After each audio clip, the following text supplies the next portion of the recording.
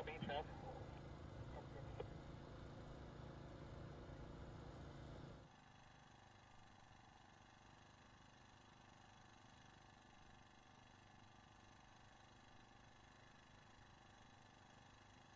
Well, off the fibre says it's off.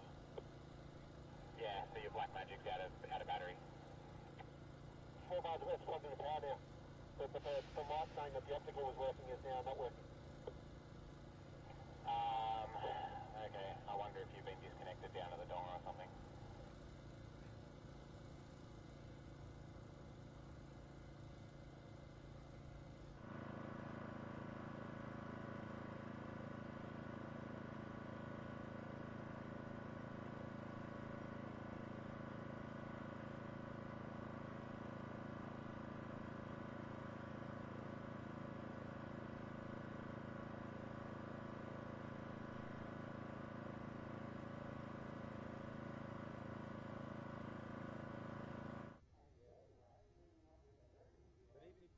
Even if I'm doing that, they even having the glass on, that's going to be for me about thinking what that'll compare to. There'll be certain scenarios where it's probably just dangerous,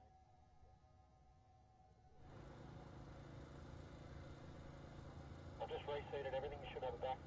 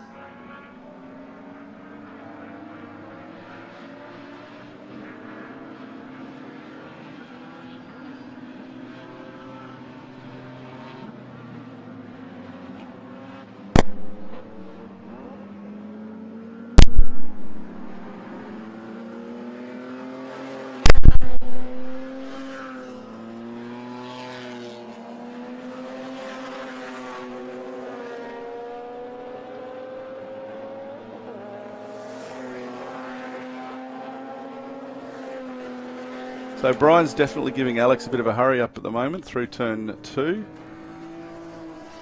And we've got, I think that's Dean Coots giving Jeff Bowles a bit of a run through too as well. So there's some good packs being run here. We've got, there we go, Dean's up the inside of Jeff. I think that's Jeff. Yes, that's Jeff. We did have a couple of guys saying that the turn 3-4 changes have made that almost flat now. I don't think it's going to be flat for this race with the slippery conditions, but it's definitely made a change to that end of the course for sure. So it's actually Dean Coots' first run in a BMW this weekend. He's joined the category this year and purchased that car not so long ago. Couldn't make it to round 1, but here for his first drive, and it's rained for him. Fantastic.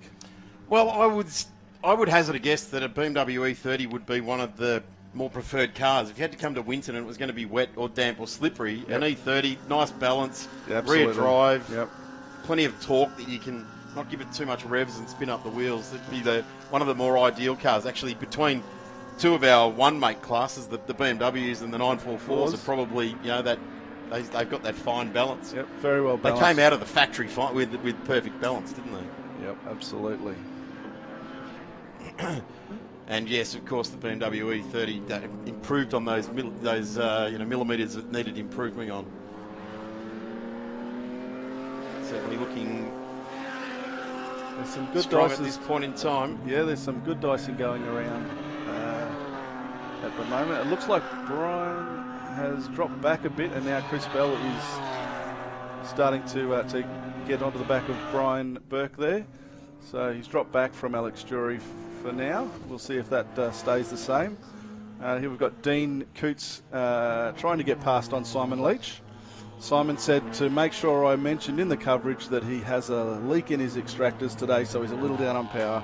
Not sure if he's trying to hedge his bets there on getting overtaken, but I said I would get it out there, and I have, Simon.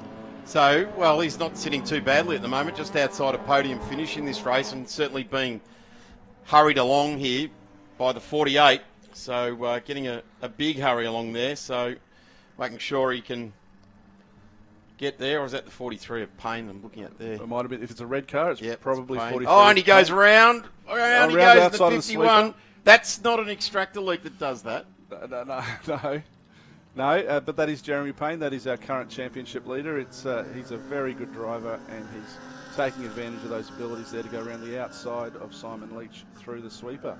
So these conditions, you're right, it's slippery out there. We've got a drying line a little bit, but the Yokohama semi-slick tyres that we've got on from Traction Tyres, they're a good sort of mix. They've got enough grip in the wet and the dry. We've got enough tread there to clear the water, although we don't have any standing at the moment. But no, that's a very good tyre, and we certainly enjoy driving on. They're very progressive, very communicative. So yeah, so it's really great. Also, I might just mention some of our sponsors here while we're watching. We've got we'd like to extend a thank you to the BMW Drivers Club of Melbourne today for jumping on board for this round and helping us cover the costs for online streaming.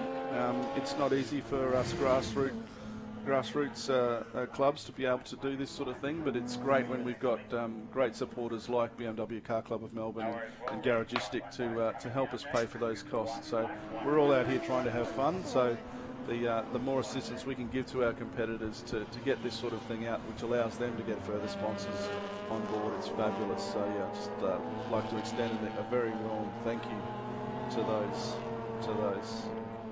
members, those supporters. Number 40 of Bergman running strong there at the moment, coming around the sweeper. So we're on lap 4 of 5.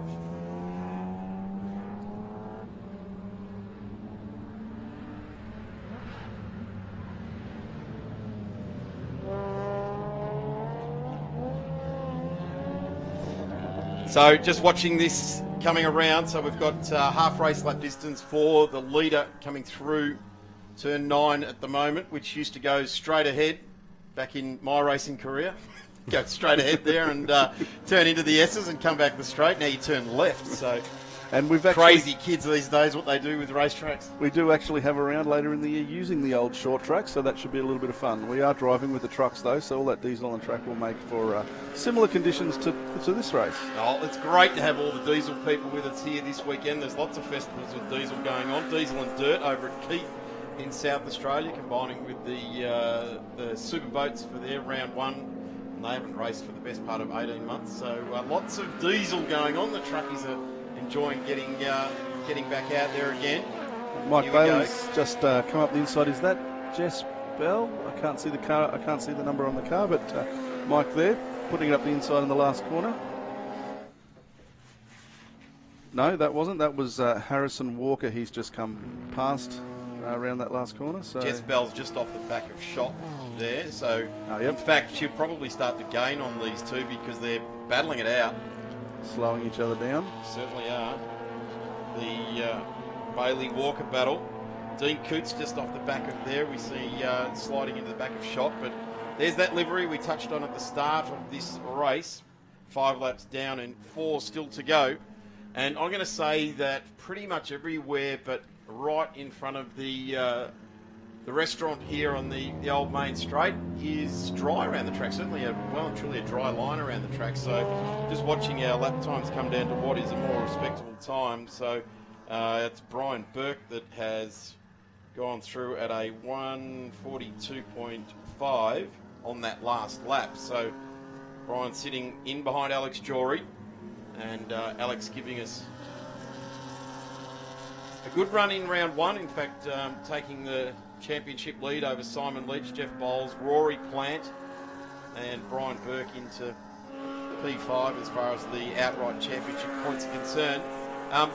There's certainly different variations. We're watching the championship battle out in front here, but right throughout the E30s, there's rookie awards and different bits and pieces of encouragement to make sure that everyone gets an opportunity at some glory. Absolutely, yeah. So we've got our rookie championship. We've got a qualifying or a pole position championship for the season, and obviously we have our overarching total garagistic drivers championship for the season. So everyone gets an opportunity. We've got a few, as I said, we've got Dean Coots is a new member to the category this year. He does have some racing experience, both on tarmac rallying and a little bit of circuit stuff as well. We've got Harrison Walker, who's a new member to the club, and this is his second round for the season, and since he's been with us, so that's great. We do have a little bit of new blood coming in. We've also, I mean, some of the guys, probably most of the category at the moment are probably 3 to 4 year veterans of the club, and then we have some long-standing members who've been with us from day one. So we've got Brian Burke has caught back up to Alex Jury there into 10, and he's trying to give him a little bit of a hurry on. That's exactly where Brian decided to loop it in qualifying. So, and Chris Bell and Jeremy Payne is in 4th. So off the back of the grid, Jeremy Payne has definitely closed that gap to the leaders. And I'm not sure how many laps. We've got 3 laps to go. So I'm sure that Jeremy Payne is going to give his all to try and get past and take this out. It will be an awesome display of driving ability, because I saw him before I came up to commentary with the string out trying to do a wheel alignment on that car, and he's not sure it's all that great. So he's driving a car that's not as he would normally have had it, and he's just set a set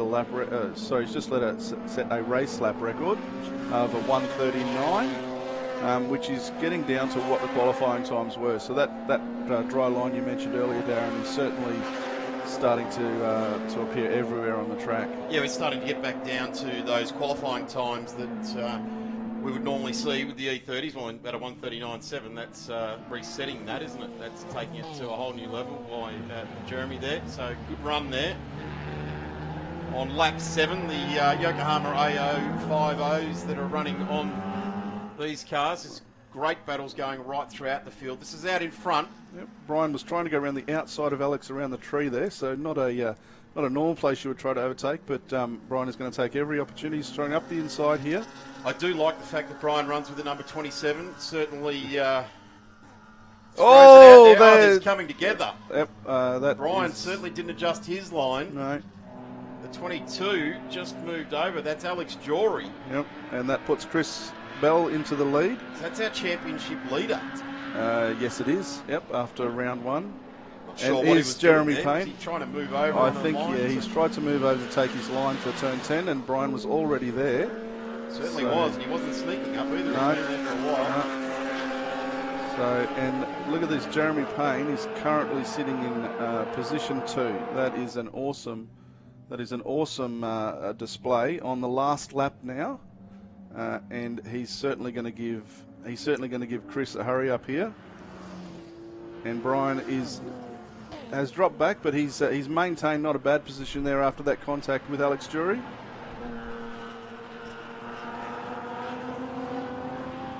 And they're coming up on traffic here for the last lap, so this will be interesting.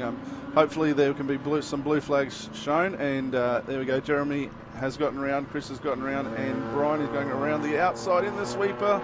It's a little wet out there still, so that's not going to make it easy for him. And there's another accident on the last corner, so we have a car stopped coming onto the front straight.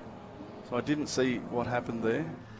So and that's I'd Paul say that's Schiff probably in that, going to... camouflage colour-looking vehicle. And I think that's probably going to call an end to this race. There will be yellow flags coming out shortly, unless Rory can get that car moving off the grid.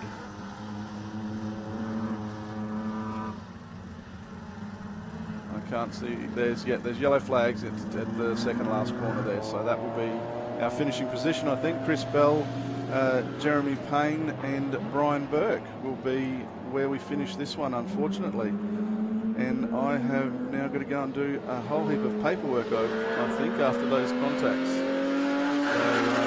So just a final thank you, as I said earlier, to BMW Drivers Club of Melbourne and to Garagistic for helping us out with getting this coverage done today. Certainly great to have the BMW E30s racing here this weekend. A good field of cars, certainly a complete field of cars there, and a bit of drama to start our weekend off in the E30s there. So we'll wait and see what happens there. Don't normally, in fact, I would go so far as to say I have never seen, except for at the very last race of Sandown, BMWs coming together, particularly someone maybe moving over to take a line. Like, they're normally very well aware of what they're doing. Yes, we're very firm on driving standards. We take a very dim view of contact. Incidental contact is not so bad, but there was certainly some contact happening there that will definitely go to investigation. But no, look, the drivers are normally very respectful of each other because we all know that we're all out here to have a bit of fun. We don't want to increase costs with contact, so we normally don't have an issue. Yeah, we certainly see in motorsport cost these days is pretty much on the front of everyone's headline, isn't it? The cost of this, the cost of that, and if there's consequential coming-togethers, then that just increases it for everyone unnecessarily, doesn't it? Maybe we need to introduce a Formula One style cost cap. Well, if you had a Formula One style budget, you could probably cut the cost, couldn't you? True, yeah. All right, fantastic. We've got plenty more BMW racing coming. Not today, but certainly 2 more times tomorrow. They open the curtains at 8:30 and then again at 12:15. So a good early day to get back down the highway, back to Melbourne for some of the competitors. But we have got Porsche 944s coming up next here at round 2 of the Victorian State Circuit Racing Championships. Back in a moment.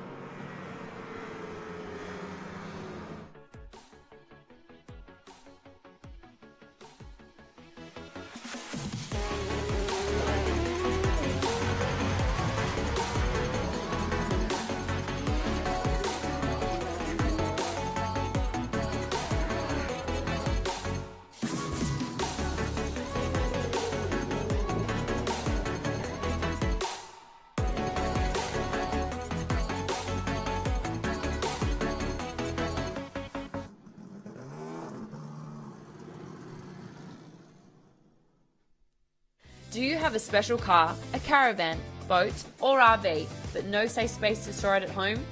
Let Melbourne Car Kennel securely store it for you. Conveniently located at Moorabbin Airport with easy access to major roadways, Melbourne Car Kennel offers secure indoor and outdoor storage for anything on wheels. With 4K CCTV, monitored alarms and regular security patrols, Melbourne Car Kennel cares for your wheeled assets as if they are our own. Call Melbourne Car Kennel now and talk to Brad to organise your flexible vehicle storage solution. Discounts available for viewers who mention this advert from the Victorian State Racing Series broadcast. You can find Melbourne Car Kennel on Facebook, Instagram and online at melbournecarkennel.com.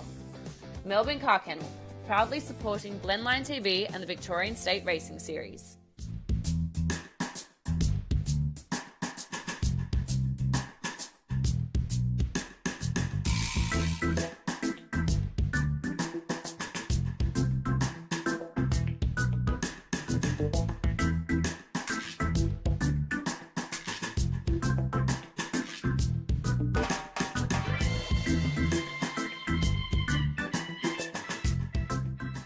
Kia open season is on with the value-packed Serato Sport with 17-inch alloy wheels, AEB safety, parking sensors and more from just $24,490 drive away. Kia, movement that inspires.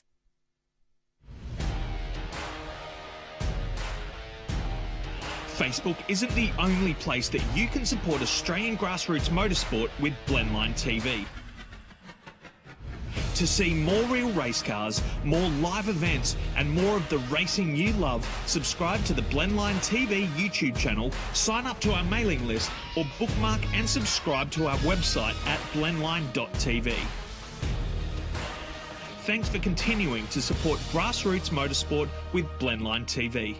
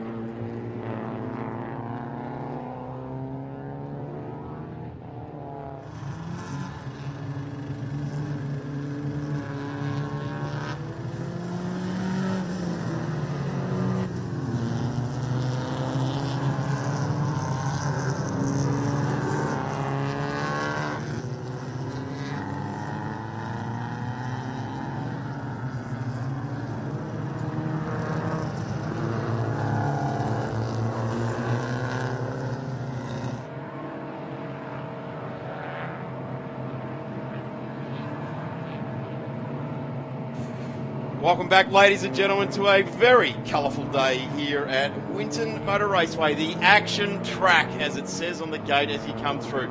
Love coming to Winton. It's one of those good old school tracks where it's got consequence. You come off, it hurts. And that is what motorsport is about. It's about making sure you keep it on the black stuff. The Porsches are good at that, just like our BMW E30s have been, that we've just seen disappear off. Let's have a look at the grid. Cameron Bella will line up, and he will have the number 31 right next to him of Adam Brewer. And that's pretty much the top of the field. Jamie Westerway, who blitzed all three from 3 in the number 28, is one row back with Michael Westerway in the number 45. Mark Torbert's in the number 74. Great to have Mark Torbert's back in the field to John Kennedy, Adam Westerway, Peter James. Then we go back to the 42 of Sinclair, Andrewski, Tony Andrewski, Richard Howe back outside the 10 in the number 8 there. Richard Howe in 11th spot. Then it's back to Brisbane. There's a new name, Josh Brisbane in the Viper Green 944, coming out of 12. Jackman, Wolf, Keith Mariner. Then we go back to Andrew Jones, new to the game. Tudor, and back to John Venoris, rounding out our 18-car field. I'm Darren Smith, right alongside me, Callum Brannigan, who will be joining us throughout the day with some expert comments on various categories. I've thrown him under the bus here for a 944 race. Callum, welcome to beautiful, as I said, colourful and sunny Winton. Expert, can I get that in writing, please? Okay, so the race is underway, and it looks like Bella has got the inside line going into turn 1, but yeah, he manages to hold on to the lead going... Oh, but no, he might lose it back as Brewer's fighting back in the number 31 as well. So he's got the inside line coming in to turn 3. I tell you what, Jamie Westerway's got the run on them. Look at that. Gets through on Brewer, snuck up the inside and given a short back and sides there also to Michael Westerway. But Jamie is through there. Cut Brewer right up into turn 3 that time around. Around that new section of track, if you like, it's different. Certainly the surface is different. You run wider there. It'd be really cool to see how the 944s cope with that new section between turns 3 and 4.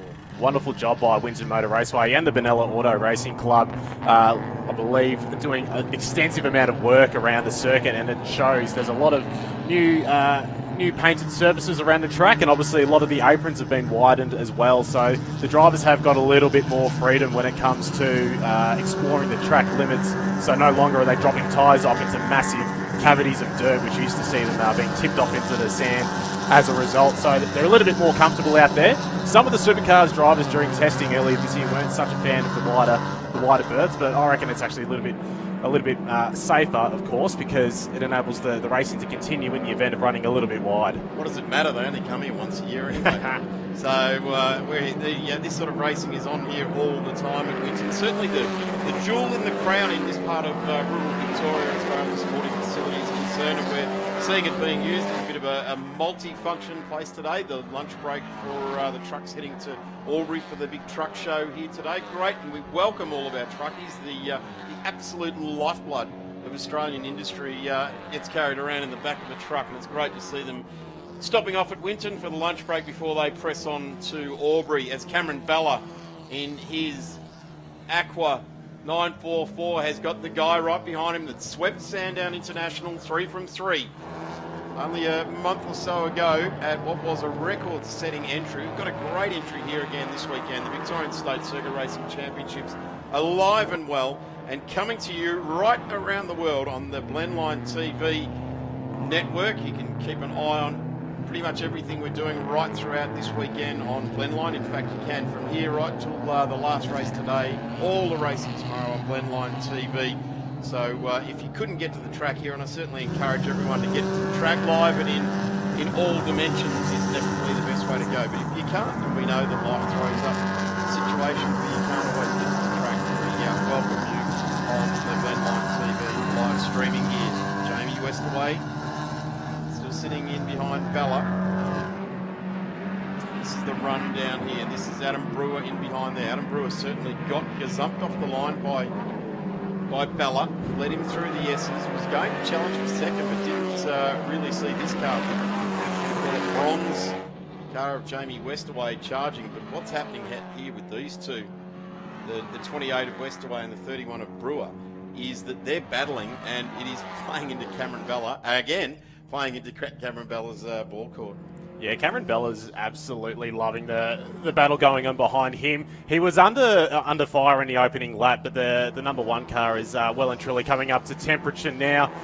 Winton is a completely different circuit to what we saw at Sandown for round 1 back in March. It's a much more technical circuit. It's a lot tighter. It's a lot more technical, as I said before. So Bella's got that car hooked up a lot better around here than he did at, say, Sandown, which is long straights, big braking zones, not so much of the turny twisty stuff like we've got here at Winton. So I think Westaway might have made a slight mistake on that last lap to fall back within reach of Adam Brewer, who's doing a fantastic job in position 3. He had a pretty good round 1 at Sandown as well. And it's good to see him right up there and taking the challenge up to the battling duo in the lead in 3rd position. Further down, we've got John Kennedy in 4th position, just ahead of Michael Westaway, rounding out the top 5. A solid field of 18 cars this weekend for the Porsche 944s. A uniquely Victorian category as well. You don't see the 944 one-mate category racing around Australia too much, but they do make the occasional appearance on the Nationals bill. Certainly they were at Phillip Island a couple of weeks ago with the national event there. Have a look at this. Mark Torbett's having a good look at the number 99 of John Kennedy.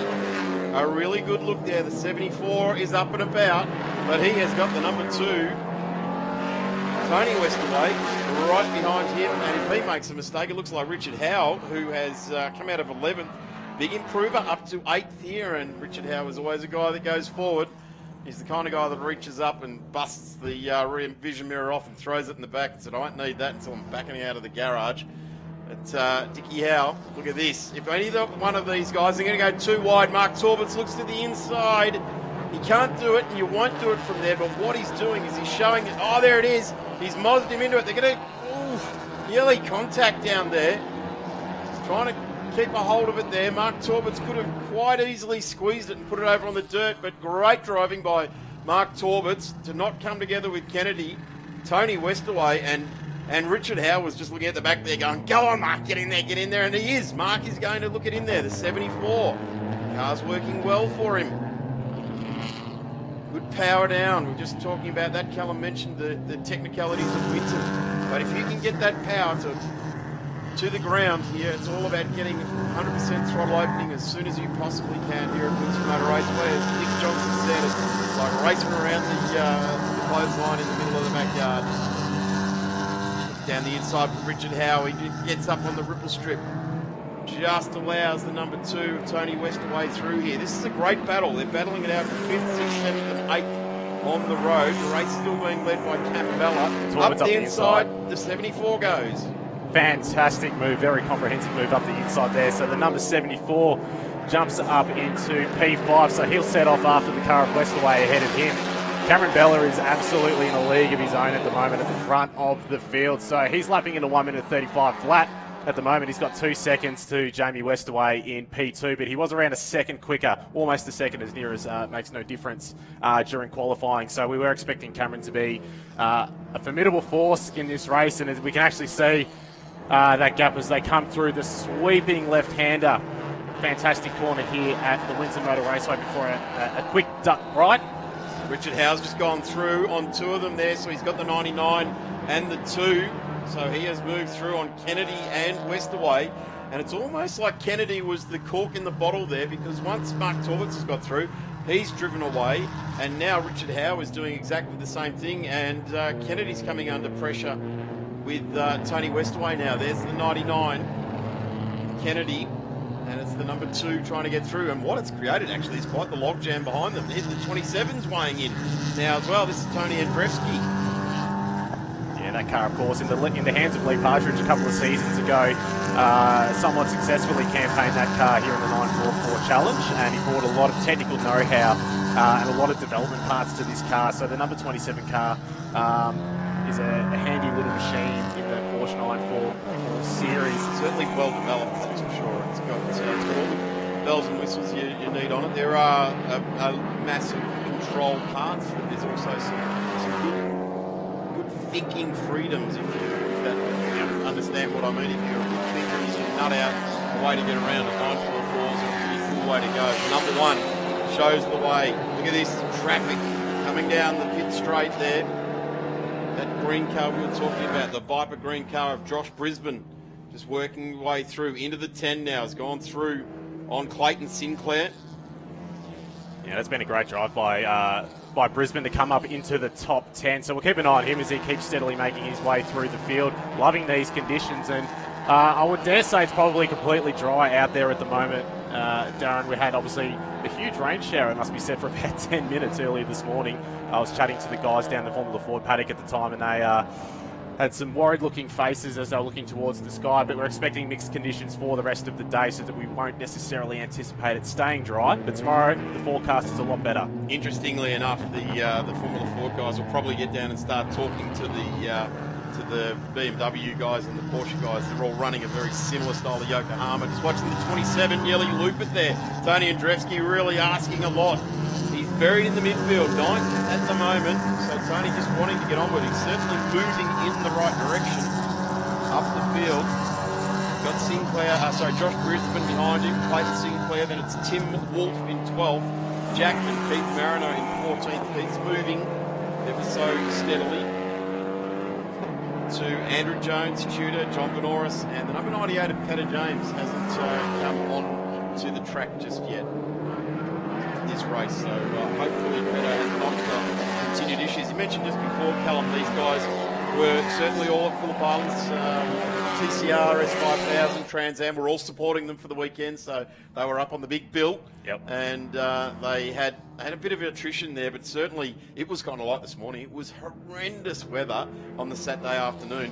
Trans Am's called it off, and these guys called it off. We've got one off at turn 1, gone straight off. I think it might be Josh Sinclair, the Viper green car. Here he comes. Is that the 64? No, sorry. The number 56 car, so it's Josh Brisbane that's off. Josh, yes, definitely. Just went spearing off, just saw that out of the corner of my eye then, and here's Richard Howe now. He's coming under massive attack from Tony Westaway. So Richard was on the ascendancy. He's gone with Mark Torbitz. Mark's just out in front, and it looks as though the number 2 of Westaway has also gone through on John Kennedy. So the number 99, for whatever reason, was obviously just not quite on the pace of Mark Torbitz, Richard Howe, and Westaway. Tony Andrzejewski is now ranging up onto the back of number 99 Kennedy. So great shots there as we watch them come down. Turn left off the old circuit onto the extension of the circuit, which is now only probably 25 years old. Hardly new anymore. We're waiting for another extension. There's Cambella, our race leader, coming around. He's got 2 laps still to go, but doing a very, very nice job. We must mention the support right across the category. They've got some great sponsors this weekend. AVI Technology is the naming rights sponsor. Great to have them on board. Of course, Porsche Cars Australia. It's not often you see the window banner in state level racing being that of the manufacturer, but certainly that's what it is with this category. Porsche Cars Australia have jumped on board. The winner of this series gets a drive in a Michelin Sprint Challenge car, so a really, really good award. And it's the first step of the very famous Porsche Pyramid. Smith's TMP, Bayside Commercial Real Estate, Hire Depot, Pullmaster Bayside, Westbond Management, Advanced Fitness was the naming rights sponsor of round 1. Seat Time, Race Solutions, Yokohama Traction Tyres, Race Fuels, and V Sport making up a comprehensive package of sponsors for the Porsche 944s, giving them all of their awards right throughout this year. But it's great to have AVI Technology as the naming rights sponsor for this round. This battle raging. Have a look at this. This is for 8th and 9th in the race. John Kennedy, Tony Andrzejewski. Yeah, and this is a good run. Very brave, as I mentioned, the 944s put number 27 on your car in Australian motorsport. The Alan Jones, Casey Stoner World Championship numbers. Certainly, you're making a big statement, I feel, if you're putting that number on your car.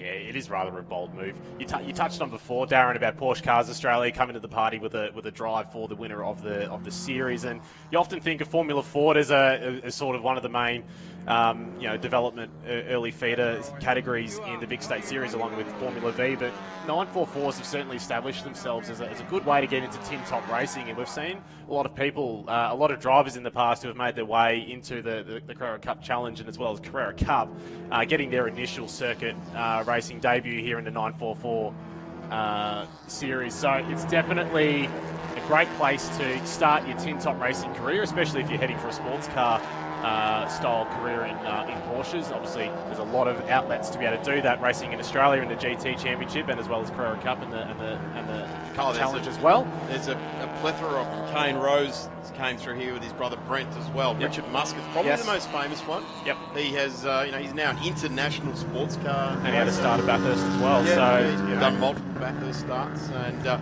Richard clean swept this series. He was an absolute sensation. He went on to clean sweep the what was called Porsche GT3 Cup Challenge, now the Michelin Sprint Challenge. Just watching Andrzejewski getting very loose coming around the sweeper.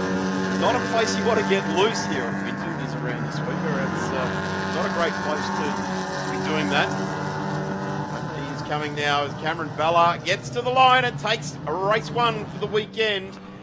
It's been a while ago. It's a couple of years ago since we were here, but it was Lyndon Watson that won the race from Mark Torbitts, John Kennedy and Ken Rowland, and Cam Bella didn't even finish the race. He got one lap in, but he has certainly made amends for that. These guys raced here as part of the Shannon's Nationals as well back in 2019, and it was Cameron Bella that won that. But his last time here at race one of the state round, Lyndon Watson in his 944, Mark Torbitts was into P2. Where's Mark got to? P4. Great improvement by the driver of the number 74.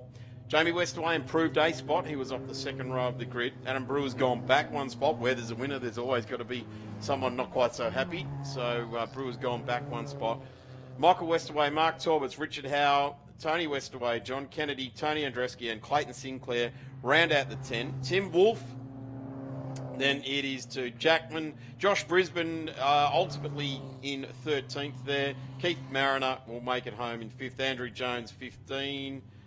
Keith Mariner in 14, Jones in 15, Tudor, John Benoris. And let's hope that Peter James can round it all up and get his car back out on track for the racing tomorrow. Of course, that's the last time we'll see the Porsches today, but we'll have plenty of racing for them tomorrow, starting at 8:55 for race one, and then 12:40 for their second race for the day. Of course, after this round, this is round two of the Victorian State Circuit Racing Championships, and you can check it all out at www.vicstateraceseries.com. We've got round three at Phillip Island, 15-16 of May. Get yourself trackside for Phillip Island for that one. It'll be well worth the trip down from wherever you come, wherever you may be around the world. Invite you from wherever you are to come to round three at Phillip Island, then back to Sandown, which is always a great race meeting, smack bang in the middle of winter. It's always pretty chilly. Always, well, not always, but 90% of the time ends up being dry too. So it's a good event to get down to. And then we round out the year, round 5, 25 and 26 of September. In fact, that's probably one of the best state level race meetings you'll ever go to. Championships on the line, every corner matters. Great racing on throughout the day. We'll be back. We've got a quick break with the MG and invited British sports cars on track next.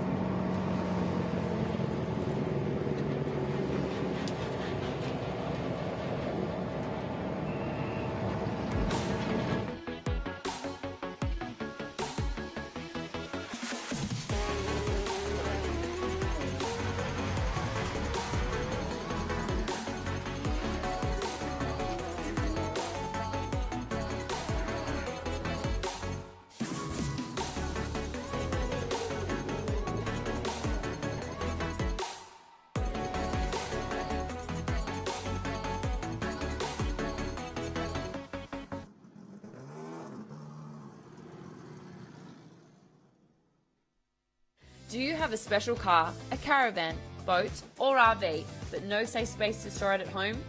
Let Melbourne Car Kennel securely store it for you. Conveniently located at Moorabbin Airport with easy access to major roadways, Melbourne Car Kennel offers secure indoor and outdoor storage for anything on wheels.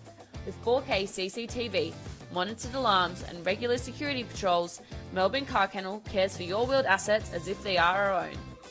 Call Melbourne Car Kennel now and talk to Brad to organise your flexible vehicle storage solution. Discounts available for viewers who mention this advert from the Victorian State Racing Series broadcast. You can find Melbourne Car Kennel on Facebook, Instagram and online at melbournecarkennel.com. Melbourne Car Kennel, proudly supporting Blendline TV and the Victorian State Racing Series.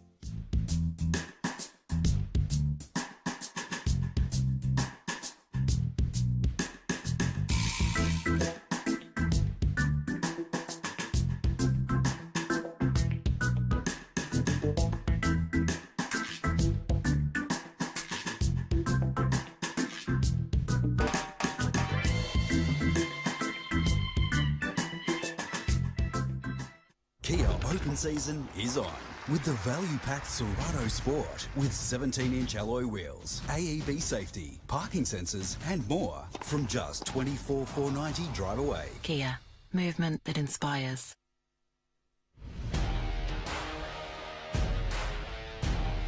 Facebook isn't the only place that you can support Australian grassroots motorsport with Blendline TV.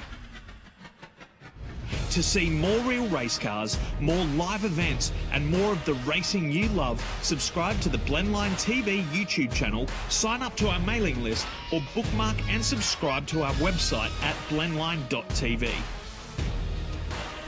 Thanks for continuing to support grassroots motorsport with Blendline TV.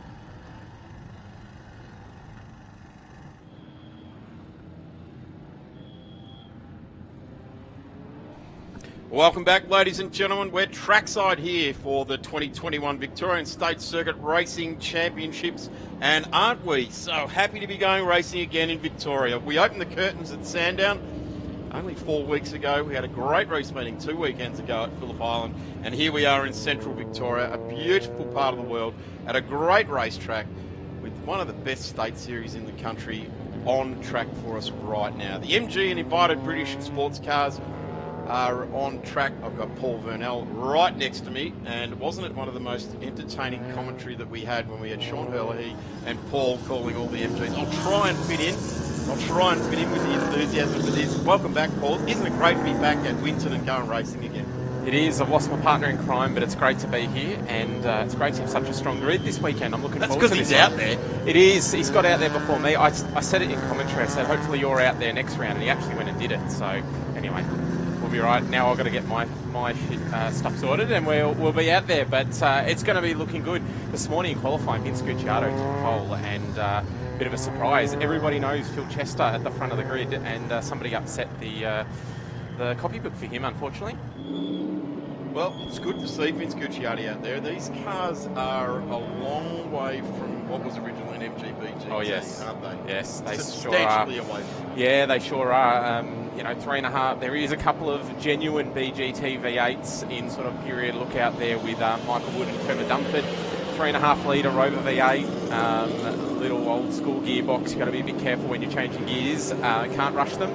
Those front V8s, Hollinger 6-speed sequentials.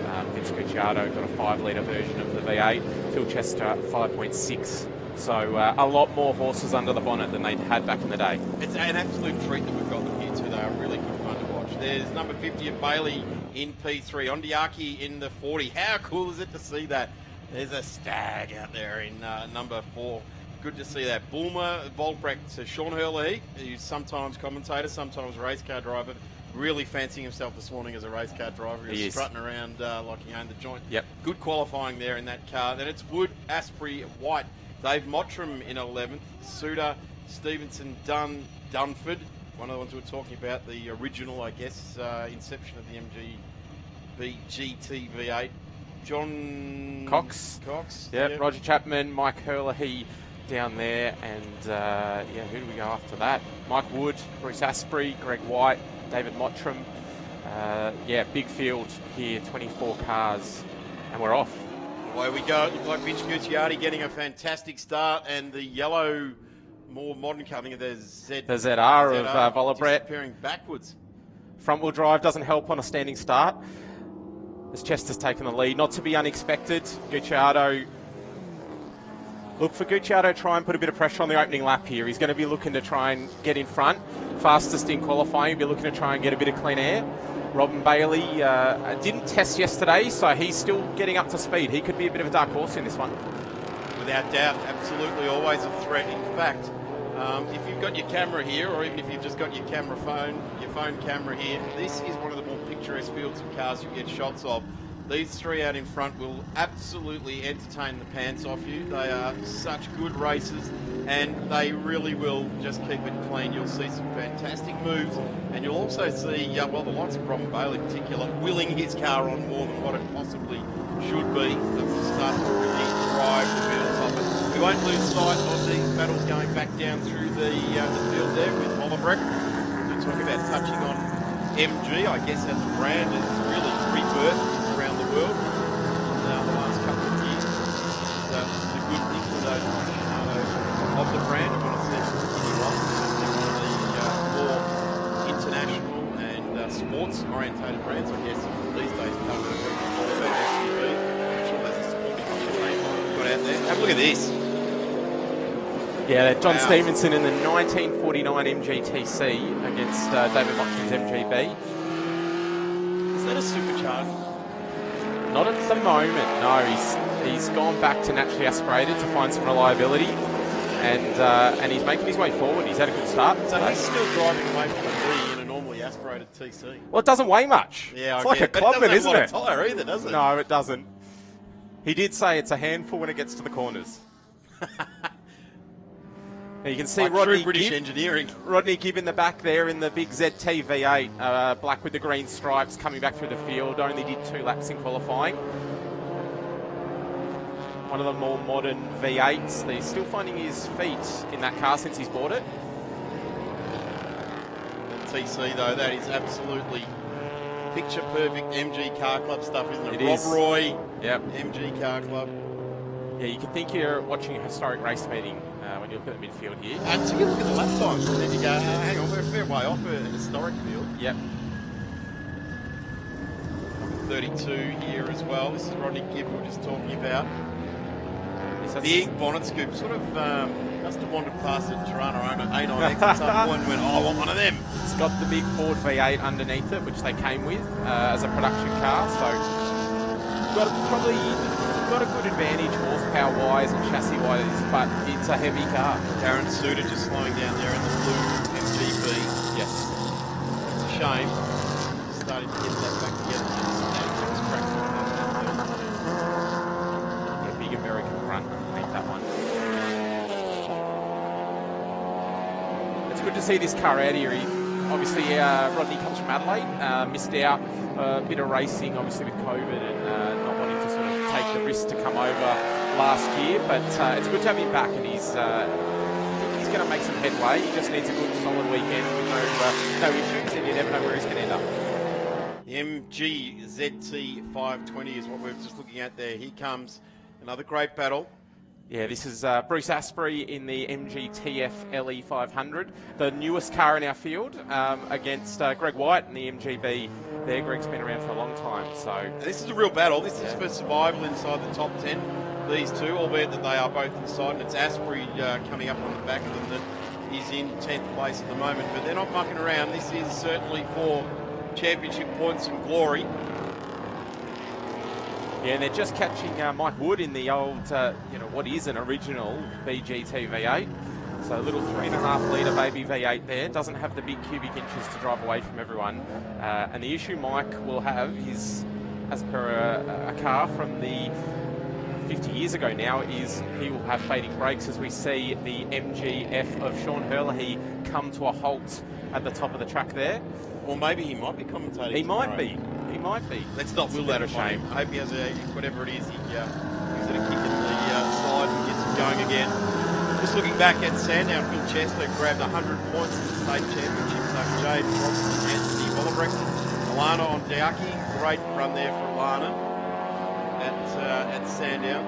Then we go to Richard Milligan, Ben Muller, Keith Ondiaki, Dave Mottram, Darren Suter, and Richard Bollebrek inside the 10. Then it was Greg White, Bruce Asprey, James Dodd, Andrew Watson, Peter Owen, and Roger Chapman in the 15 as far as the championship is concerned. And they're pretty much all the names we're seeing inside the top 20 in this race right now. How good is it for you guys, for all of the people involved in MG and invited British sports cars, that we've got in excess of 25 cars here this weekend? Yeah, it's fantastic, and such a big array of cars from 1949 through to 2010. It's fantastic, and put a lot of work into rejuvenating competitors post-COVID, and it's showing at the moment. Really strong fields and such a big wide variety of competitors. It's fantastic. Have a look at Gibb. He's got the very up-to-date Le Mans flashes on it's the trend now, isn't it? It certainly is. It's, I guess in the past you were blamed for trying to put someone off if you're doing that, but now it's more about I'm coming through, and that's what he's doing. Oh, he's nearly almost going right through the infield. This car here now, that really looks tough. And here is our race leader. In fact, no, that's Robin Bailey in third. Place. Robin's having a bit of a lonely race. He's lost the lead too here. Vince Gucciardo has done the fastest lap of the race and is closing the gap to Phil towards the end of this one. So this could get interesting the last couple of laps. Vince wasn't with us at Sandown. Didn't compete in round one, and he really needs to get past Phil Chester in this one to try and claw back an entire round of lost points. He does. He needs a really good weekend, and he kicked it off with qualifying well. He's right on the back here. This is going to be a great last few laps, no doubt. This is going to be a tight fight. Phil does have a little bit more horsepower than Vince, but Vince's car probably has a little bit more Vince has got drive. a lot more rear wing. Oh, yeah. Right up in the clear there. Yeah.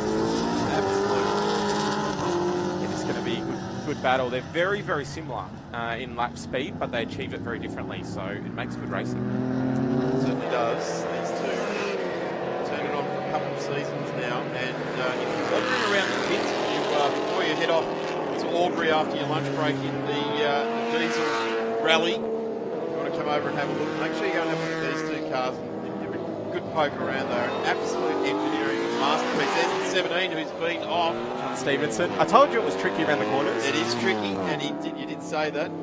But I've got to say, testament to the competitor that inside that car to keep it going. You know, it's hard. It's hard to keep a 50-year-old car going, let alone a 70-year-old car. Absolute testament to the competitors. Good manners there. Lap traffic coming into play here. This is going to be really good. And you can see Vince just moving around a little bit to try and distract Phil. Well, the other thing here is that Phil is arriving on the scene, and they may not have seen these guys coming up. By the time Phil goes through, they'll be well aware that Vince is not going to be too far behind, so he can. This is often when we see an opportunity arise that the car that's leading the race get caught up with a back marker. Absolutely. It goes through to us. Look at that now. Look at that. Right up close on there. Coming through on Darrell Anderson, the MGF. Yep. And Mike Herlihy just ahead in the blue MGB. Big shout out to Michael with Dave Vernell. Everyone behind the scenes in round one did a terrific job in very, very restricted COVID conditions at Sandown. It was the week after we had the 5-day lockdown, and I couldn't tell you the effort that went in behind the scenes to get that race meeting up and running. And Michael was, I guess, one of the quiet achievers in the background with David Vernell, the MG Car Club that ran the first event. And we've actually got David Vernell as our clerk, of course, here again this weekend. So a bit of continuity as far as that is concerned. We'll head to Phillip Island. the not too distant future at the end of May. And hopefully the world is still, well, our world is still COVID-free. Certainly the world isn't. There's some people struggling around the globe at the moment, but in Australia we're doing a pretty good job. Vince Gucciardi showing the nose, looks down the inside of Phil Chester there, who's definitely got the flashes on. Not sure whether he's just flicked the button and leaving it on there. Interestingly enough, from behind, both cars have got the underside of their rear wing painted orange, and they look quite similar. Yes. Throw each other off with their orange yeah, and they've wings. both got the flashes. We haven't seen Vince with them, but they've both got the flashes ready to go. This is a good run coming up on a battle now. This is where they've got to be careful because this battle's genuine in front right now. This is going on for Phil Dunn. Yeah, this is, and it doesn't look like Peter Dunn. Sorry. I don't quite know they're there, so this is just checking up Phil and Vince, which might make it quite interesting here. But yeah, Peter Dunn and Trevor Dunford there, having a really good battle, nearly side by side the whole way through the top there. Yep, so they've just managed to allow the leaders through. They don't have to give them everything, but they do have to allow them through. There will be blue flags, I would suggest, being shown there. So once those blue flags come out, you have to acknowledge that there is a faster competitor coming through. And in this case, race leaders, Vince Gucciardi, that thing really is a demon deep under brakes. Gets it too. Makes it stick. Makes it stick, and he's going to be right in the centre of the track coming out of here. And I'm going to say his pace onto the straight will not be compromised there. He managed to get the car into the middle of the track and will lead. 3 laps to go. Gets the lead now as Phil Chester's got the headlight flashes still going. You'll probably want to try and find that switch because that certainly, if might he's work coming for through him on now. someone, yeah, it was good for when he was getting through lap traffic. So change for the lead. It's now the matte green. I'm not even sure that's British racing green. It's probably darker. Not. It's more an olive drab, isn't it, Michael? Like a military colour.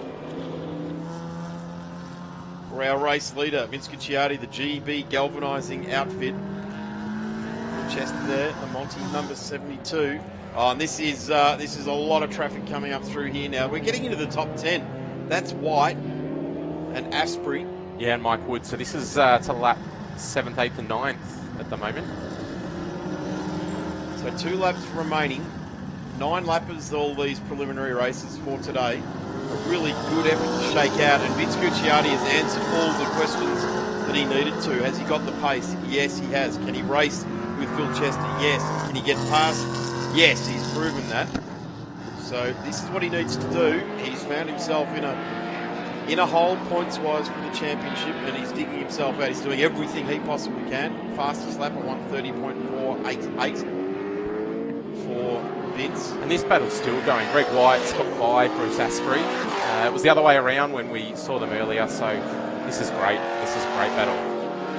Modern mid-engined car versus historic 4-cylinder front engine, and then a little V8 ahead. So all side by side here. It's the big draw in the Jayco entry, but hangs on in the number 9. That's how you do it. Hold your corner. You do not have to give it up. And the number 53 hangs on nicely there indeed. The number 8 hangs on over the 68. 53 just in front there. You'd expect Mike Wood's brakes to be starting to get a bit fade a little bit now, so we'll see whether Greg White can apply a bit of pressure to him. It'll be interesting to see if Greg can even make a move up one more spot up the road. Through the sweeper, the MGs sit nicely through there. Nice set of the steering wheel, hold it, and then the trickiest bit of the track is right there where we're just seeing the big V8 going through there. The track falls away, cambers off quite dramatically, and it cambers into the next corner, but it's a long way off. The canvas almost pushes you off the road and then into a heavy braking zone again whilst trying to turn the wheel. Really tricky set of corners coming out of here. We just watched the 83 come through now. That's Dunford. Cambers off, turn in and around, and you see the little bit of understeer. Watcham's going to have a go here. He's going to be on the wrong side down here, but let's see what happens. He should have a little bit less weight than he does. The V8 brake's probably starting to get a bit weak now. Certainly looks like that, doesn't it? Very gingerly coming through the corner there for Dunford. We might be coming to a stop, I think. And we've got a race win And it's gone to Vincent Gucciardi. And he set the fastest lap on lap number 3, a 1:30.488. Vince Gucciardi over Phil Chester, Robin Bailey. And we're just waiting for third place to get to the line, but you'd have to suspect it's going to be on Diaki. Yeah, good call out to Keith, first triumph home, and Gary Bulmer, first four-cylinder home in a new car to him. He bought the Excel MGB four-cylinder, so great debut for him with 5th. And Vollebrek, we go to the 53 of Michael Wood, the MGB GT V8, the more original type of car. Less silhouette, more original yes, type of definitely. outfit. Great win there for Gucciardi. He is trying to reset his championship tilt, and winning races is the best way to do it. The only problem is that the guy who he's needing to head off came second behind him, so a points gap of 2 on that. So he's now got 98 points to get back up onto Phil Chester. We'll see what tomorrow brings. Certainly. Thank you very much, Paul Vernell, for your time and expert comment with the MGB and invited British Sports Cars. We'll see you tomorrow for more of the same sort of action. Thanks very much, Darren. See you tomorrow. We'll see you soon. We'll be back trackside in just a couple of minutes. Hyundai Excels with another behemoth of entries for this weekend. We'll be back your trackside here with the Victorian State Circuit Racing Championships and MGBs and invited British Sports Cars just heading off the track now. Back in a few moments.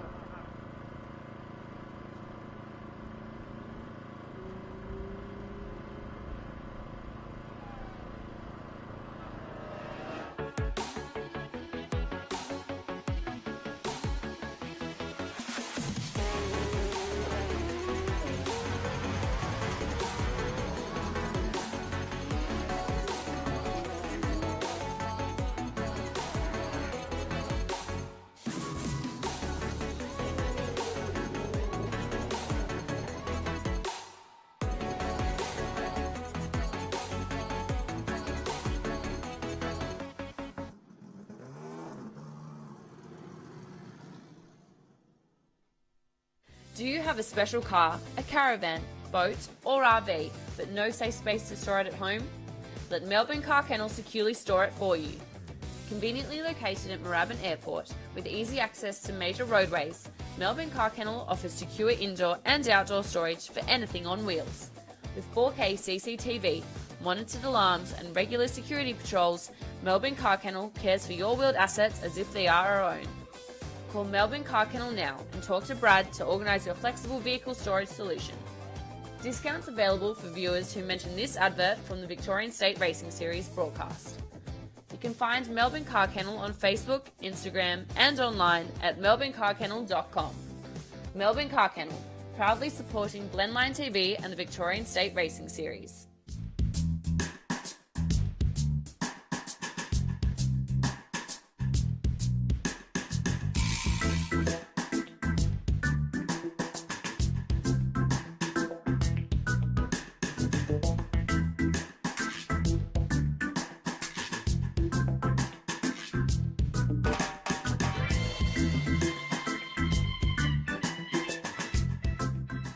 Kia open season is on with the value-packed Serato Sport with 17-inch alloy wheels, AEB safety, parking sensors and more from just $24,490 drive away. Kia, movement that inspires.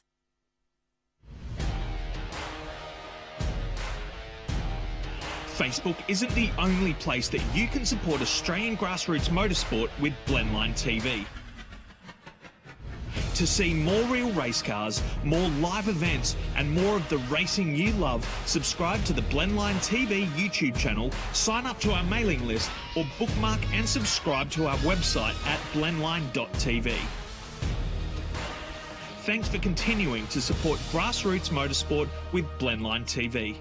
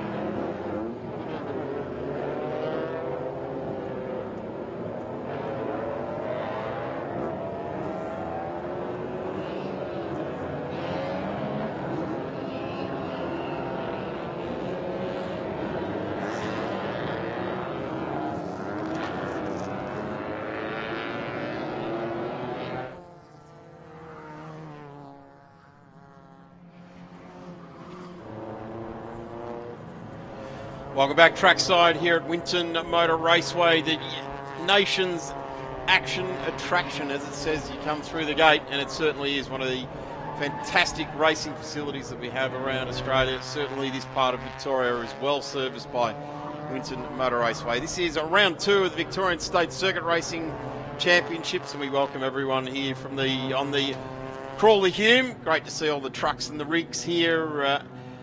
Having a look at over all of that hauling history. Great to have all the trucks over there, and certainly make your way around and have a look at what we're doing as well. Hopefully the racing is giving you a good break at lunchtime, as we have the XL series on track now. It will be the number 144 of Jared Farrell, the Geelong Performance Centre car, on pole position with Adam Bywater right alongside. That is number 26 of Kay Allen. In position number 3, 17 of Hugo Simpson is next there. Then it is to Tompkins, and the number 13 there of Tex Star McCoy. Great race car driver's name in anyone's books. Then we go to Greg Galt, and the number 71 of Ben Barguana, who's had some great racing this year in the Super Cheap Auto TCR field. Back to Fraser, Mason Kelly, another second generation racer there. Bernard Mason, of course, Todd Kelly's son. Then it's to Waghorn, Jones, McKenzie, Vareca. Great to see the crew from Kyneton, the number 96, the next generation, Brad Vareca, involved there. And it's such a big field. They're on 3 or 4 different pages. Here's JK in 99, 14 is Venia. Go outside the 20 now to Hull, Venia, Sala, Rosa, Sinclair, and that will round out the top 20. 17 was Schulders, Blink, Hodgkiss, the Garretts, and it's pretty hard to get this timing screen out because there's so many cars on track. It goes over so many pages. As our front row of the grid is set. The 83 of Adam Bywater, a stalwart of this category, with Jared Farrell right alongside the GPC sponsored outfit, the all-white number 26 of Kay Allen. Great field of cars. Trick Trailers, Federal Tyres, Sub-Zero Refrigeration Services, Superior Food Services, Century Batteries, Procoat Powder Coating, Allied Power Tools, Cave Hill Engines, Daco Australia, the fantastic people from the Wrap Studio. Wrap Studio for all of your liveries that you like to get done. Cryocycle, Raceline Wear, brakes and more, and we are underway as it is a big draw of breath. Bywater gets held out by Jared Farrell into turn 1. It's a big look up the inside there. Everyone neat and tidy, clean. Very, very nicely done indeed. The top 20 through the S's now, and they all start to stream on through. This is really good. Nice looking stuff here. Field gets through, and that is a very important part of it. It's Fraser to Kelly and Waghorn we're looking at there. This is inside the 10. And the field getting around to the sweeper now, the number 51 of Fraser, getting a little bit of clean air. One off onto the dirt there, the number 13, which is Tex Star McCoy, and rejoining right down in Stone Motherless last. A lot of hard work there for Tex to try and recover inside the top 10. Jared Farrell doing a fantastic job in the number 144 to hold out Adam Bywater into turn 1. So it's no easy task getting 29 Hyundai Excels through the first few corners without much contact, but obviously it looked like Star McCoy was the only casualty for the opening lap. Allen also getting a great start to hold out Simpson and Tompkins in P3, so we'll keep a keen eye on the battle for the minor positions of the podium. Meanwhile at the front, it looks like it's Farrell who's got about a 2 XL car length gap to Bywater back in P2. Of course, he's driving the PFD Foods XL. The Superior Foods XL of Nathan Blight, the man who took out the opening round at Sandown just a month ago, is a notable absentee this weekend at the Winton Motor Raceway, and he's depriving us of the food wars, the food war that we had at the last round. It was a food fight, wasn't it, on the front row of the grid, PFD and Superior Food Services? just a little bit further back down through the field now. We're just looking at some mid-pack battles. It's the number 15 there of Mason Kelly, second generation racer. Looking back to the 96 there as well. Bradley Verrecker, another second generation racer. Of course, the Verreckers, RX3s, RX4s, Oscars, and RX7s later on in improved production. And now ticking the boxes in the Excel series. Oh, there's one off the dirt, regains, covers it up, gets it back under control. That's Mason Kelly that went off in the number 10. Did very, very well to stay out of any further damage there. So came back on around about where Brad Verrecker and the Waghorn car came on, Toby Waghorn, and back down straight they come. They all slowly move over to the right, take the nice sweeping lane, turn left into the new complex. It's a good 600 metre run up to a right-hander, a short shoot, and then onto the main straight. Outstanding pictures brought to us worldwide by Blendline TV. As we can see, the number 99 making its way through the second to last corner here at Winton Motor Raceway. But it is an immense effort by the Blendline TV guys and girls to put on this show this weekend in such a short amount of time as well. They don't get much notice for these events, making the trek down from New South Wales to set up all these pictures. And they are brilliant pictures. They've got all the cameras in the right spots around the circuit. And it's a seamless production. It is beautiful to see here at the Victorian State Circuit Racing Championship. Toby Waghorn making a massive move there on the number 96, so gets through on Brad Verrecker. So swapping around here and just looking, that's for 10th and 11th and 12th on the road, and there's the bonnet up. Now that looks like a Friday afternoon in 2003 on the Monash. That does. Bonnet up on a Hyundai Excel. Number 8, Bjorn Schussleis. And that is not ideal. Hopefully it hasn't smashed the windscreen. Bit dejected, certainly not energetically getting out of the car. He's probably had more of a fright than anything. I can't imagine it's terribly pleasant having a bonnet swing straight up into your windscreen. And it only happens when you're halfway through the sweeper or something like that. Yeah, somewhere nice and safe, of course. The worst time possible. We're starting to see a little bit of a gap opened up by Farrell at the head of the field, so you can see on your screen there 9/10 of a second back to Adam Bywater in P2, just ahead of Allen rounding out the top 3. We can see on our screens now the number 71 car of Ben Bargwana. He, of course, part of the, I think he's a third generation racer himself, and current competitor in the TCR series. We've got a safety car boards and flags being shown to the field, so. And we can see on the screens now the crewman rescue vehicle out there lending a hand. And you can see that the windscreen has indeed been caved in on the number 8 solid Hyundai Excel. But rapid work by the officials and volunteers here this weekend. And of course, motorsport cannot happen without these volunteers. It was so crucial to maintaining these weekends and ensuring that the event runs on schedule. We've got quite a lot of race action to try and cram into a 2-day program. And the volunteers, the flag marshals, the fireys, the organising committees that come together for the Winton round. It's a unique situation where you've got the other 4 category organisers coming together to put on the Winton round, to add just a little bit more variety into the Victorian State Circuit Racing Championships, with 2 visits to Phillip Island, 2 visits to Sandown, and a solitary visit here at Winton this weekend. But we can already see that the race safe Holden Crewman has already towed the number 8 Hyundai Excel into the burnout pan, I guess you call it, here at Winton. Yeah, certainly when they have those performance or street machine type events here, that's where the burnouts occur. It's certainly very, very well rubbered up there, and that's a real shame that we see the number 8 out there. Bjorn just getting out of the car and wondering what could have been. Certainly done a bit of damage there. It's not easy to replace a windscreen on a race weekend, but here's a look back at the field as they come around. So it is Jared Farrell over Adam Bywater, and then number 26 of Kay Allen. Then we go to Simpson, the number 33 of Harry Tompkins.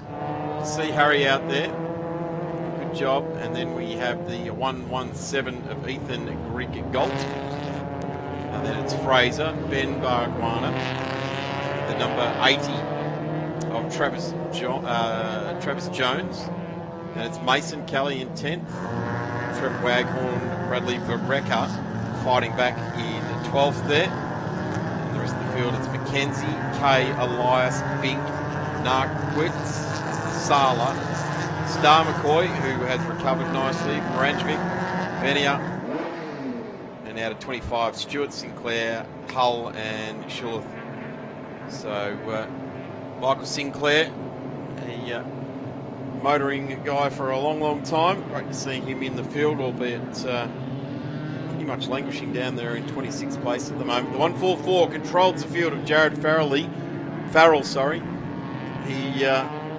certainly will enjoy this. The safety car has peeled off, so we will be ready to go racing. And on to the straight they go. It's Adam Bywater, Kai Allen,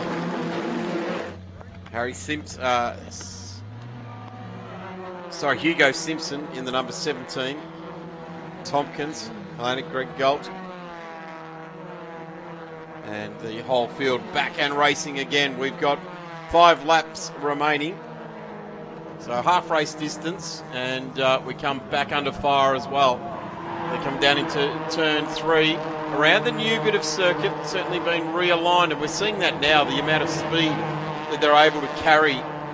Tip it into turn 3, run it out past the Shannon's Insurance sign, and then just keep it on a nice big looping right-hander to come out back on the straight. It's going to be interesting to see Adam Poole and Troy Lloyd and the Shep City Bearings car in improved production, how those big horsepower V8s on their little radials will hang along through there. Yeah, going through the sweeper in a front-wheel drive car is a completely different prospect to going through in a massive horsepower rear-wheel drive Commodore, something Absolutely. like the Troy Lloyd. Yeah, and there'll be completely different lines used, and certainly the throttle application will be a lot more ginger in those situations. Our leaders now coming down to the right-hander at 11. And the run-up, this is coming out of the cleavage and running on down the old back straight. There's 97 slowing there. So that's Ed Narkwitz, who's been in a bit of strife, had a bit of trouble through this race. Not in strife at all, doing a good job, just having a bit of car issues there. And number 23 ranging into the shot there as well, Mark Rosser, trying ever so hard to land on the back of the Gareth Hodgkiss car. 747 or 747. Wonder if he likes aeroplanes. Yeah, you sometimes wonder that, don't you? You see plane designations and wonder if they are a bit of a plane enthusiast themselves. But we touched on the car of Ben Barguana before, the number 71, currently circulating in 8th position. He unveiled that car on social media this morning with its livery. It's looking very resplendent in its bright orange colours. He, of course, is the pilot of the number 71 Peugeot, the Precision Automotive Peugeot in the TCR series. His father, of course, getting his maiden victory at the TCR round at Phillip Island just a couple of weeks ago, but they're getting ready. This car's been a long time in the making, and it's great to see it's finally out here and racing in the Excel series, because it is a perfect way to sort of get your head around and get more practice in driving a front-wheel drive race car around a circuit, because there's not too many categories in Australia that really afford that sort of experience. I reckon that there's going to be some, Michael Clemente, perfect example of coming out of Excels into TCR. Jordan Cox out of improved production into TCR out of his little Honda front-wheel drive car. So certainly there is a proving ground here for that TCR type of competition, and that field is growing and growing. And, they're going to have their ups and downs like every category, but certainly when you look at the television reach and the marketing opportunity, you can see why many cars and drivers and companies are getting involved with the Supercheap Auto TCR scene. Getting some messages from our friends at Auto Action as well. Dan McCarthy and I believe Heath. Big old Heath McAlpine as well, watching on from home. But they've got a huge issue coming out shortly in preparation for the High-Tech Oils Bathurst 6 Hour, which of course is next weekend. They've got a 16-page insert in Auto Action, the magazine, coming out next week, I believe. And they've also got a nice tribute to Murray Walker, who of course very sadly and very recently passed away. So it'll be a great read to Murray Walker, who I'm sure was a massive hero to all of us here. Certainly was. He was the bumbling voice of Formula One for a long, long time, but there was no other commentator who's been so connected to the paddock and the pit lane is what Murray Walker was, and certainly told a great story, and certainly the time he spent with James Hunt in the commentary booth was some of the best Formula One race calling that has ever occurred. It's the biggest show in motorsport, and he did it for so many years, and it did a tremendous job of it, that's for sure. And some would say that many commentators just bumbled their way through the day, including this one. It looks like Allen's dropped back down to field a little bit, and we've got the number 58 of Stewart on screen as well, Brandon recovering, Stewart. having a spin out of turn 4, recovering as it comes through the sweeper now. So he drops back to the back of the field, but it looks like Allen's dropped down from 4th position, back behind the Grit Gold car, the number 117 sneaking up as well. Just hearing some sounds trackside there, and there's numerous cars hitting the rev limiter coming out of the old down the old back straight out of 8 and heading up to 9. The cars just grabbing the rev limiter there, so taking it right out as far as they possibly can. Get that rubber noise come out of them and grab another gear, wringing the absolute neck of it. Just watching here the battle going on now, which is Harry Tompkins leading the way in this group to Mike Sinclair. So this is, believe it or not, down in 22nd, 23rd. There's Mike Sinclair right there going through. And the field strewn out all the way around the track. It doesn't matter where you look, if you hear trackside, there is some action happening. Down into turn 1 now, we're watching the battle with Matthew Hull and Sinclair. And as I said, this battle is outside the 20, but they are having the best time of the day out there at the moment. So they are going in for 24 and 25 in this race. So certainly giving it a good nudge for the minor placings. As our race leader is Jared Farrell. He's done a tremendous job. Got a lap and a half to go in this first of the 9 lappers for the weekend. Of course, we'll see the Excels again tomorrow. They've got 2 races again tomorrow, so they're on at 9:20 and then again at 1:30 for a 9-lapper and then a 10-lapper.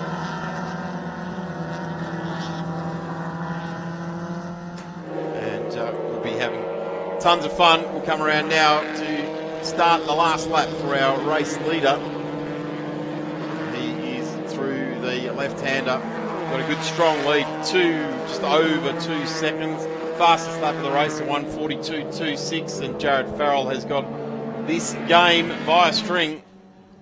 He was just inside the top 10 at the last round at Sandown, so he'll be enjoying these conditions a lot more than perhaps the long straights, big braking zones that he was at Sandown. So he's got the car well and truly hooked up.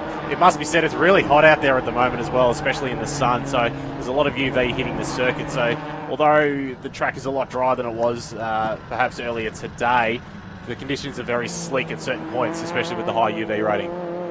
So the Federal tyres is what's on all of these cars. Great support from Trick Trailers, Sub-Zero refrigerated surfaces, brakes and more, Race Line Racewear, Cryocycle, and the Wrap Studio doing a tremendous job supporting the category. If you need a wrap done, head to the Wrap Studio. Dayco Australia, K-Fuel Engines, Allied Power Tools, Procoat Powder Coating, and Century Batteries. A long list of organisations wanting to align themselves with the Victorian State Circuit Racing Championships, and in particular the Hyundai Excel races here this afternoon. 144 at Farrell. Montrose Panel Works and GPC. A great race here. This has been a tremendous drive by Jared, and he takes the checkered flag. Really good result for the number 144, driving away with it. Let's see what the gap is in the end to the very experienced Adam Bywater. So out over 3 seconds. That's a country mile in an XL race. Absolutely. Farrell's had an outstanding race to get his weekend underway. So Adam Bywater, he'll need to dig a little bit deeper for tomorrow's pair of races. But he's in good stead in 2nd position ahead of Simpson out of the 3rd position, Grit Gold in 4th position. Ben Barguana making his way up into position 5 in the Bargwanna and Sons number 71 car, just ahead of Mason Kelly, recovering back to 6th position. Marcus Fraser in the 7th position, Waghorn in 8th. Got a slow car coming across the line as well, so it looks like the number 28 just crawling across the line there as well. So lucky to get home in the end there. Might be the number 23, I dare say, of Rosa.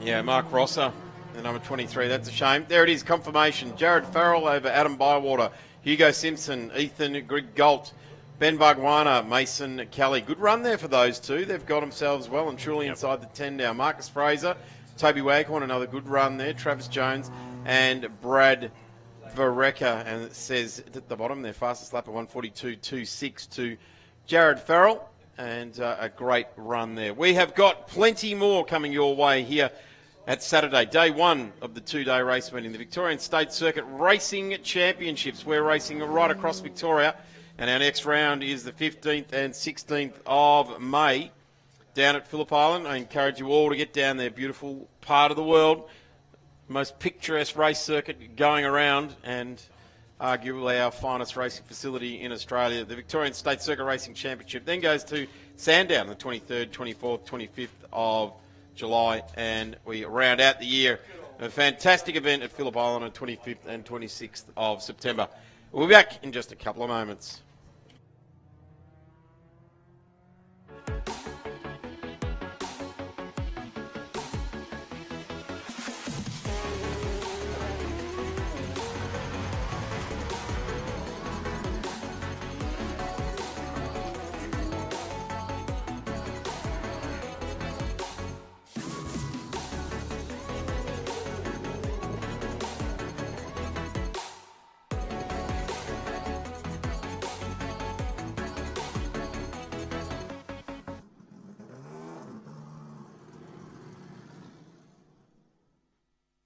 Do you have a special car, a caravan, boat or RV, but no safe space to store it at home? Let Melbourne Car Kennel securely store it for you. Conveniently located at Moorabbin Airport with easy access to major roadways, Melbourne Car Kennel offers secure indoor and outdoor storage for anything on wheels. With 4K CCTV, monitored alarms and regular security patrols, Melbourne Car Kennel cares for your wheeled assets as if they are our own. Call Melbourne Car Kennel now and talk to Brad to organise your flexible vehicle storage solution. Discounts available for viewers who mention this advert from the Victorian State Racing Series broadcast. You can find Melbourne Car Kennel on Facebook, Instagram and online at melbournecarkennel.com. Melbourne Car Kennel, proudly supporting Blendline TV and the Victorian State Racing Series.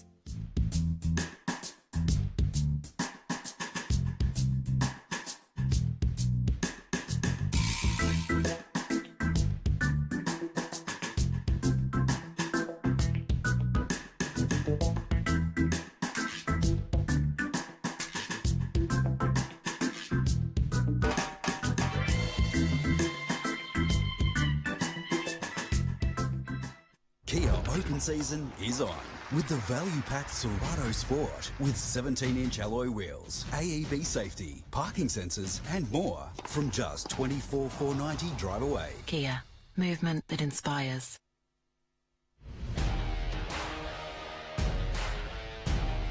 Facebook isn't the only place that you can support Australian grassroots motorsport with Blendline TV. To see more real race cars, more live events, and more of the racing you love, subscribe to the Blendline TV YouTube channel, sign up to our mailing list, or bookmark and subscribe to our website at blendline.tv. Thanks for continuing to support grassroots motorsport with Blendline TV.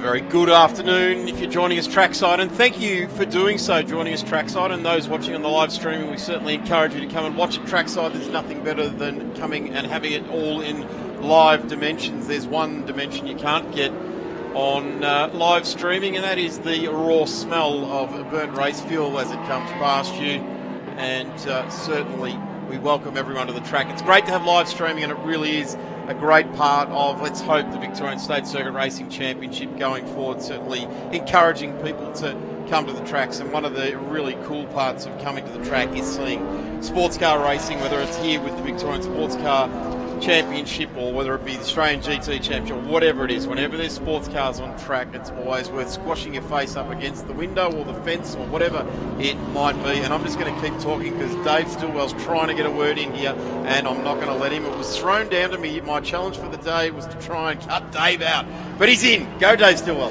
That's $1 in the swear jar. We can't call it Australian GT anymore. We have to officially not call it the Fanatec GT World Challenge Australia, powered by AWS. I better get used to that for next weekend then, hey? Nothing like a mouthful. And of course, if you like watching some GT racing, you'll get a great preview of some of the action that'll come up in this year's GT World Challenge Australia field by checking out Production Sports Car Racing Victoria. 16 cars on the grid this weekend, a smattering of multiple generations of Porsche's inimitable GT3 Cup car. We've got a couple of McLaren 570S GT4s. We've got Benjamin Schutz aboard the Daytona Sports Cars Sin R1. That's a GT4 car on steroids.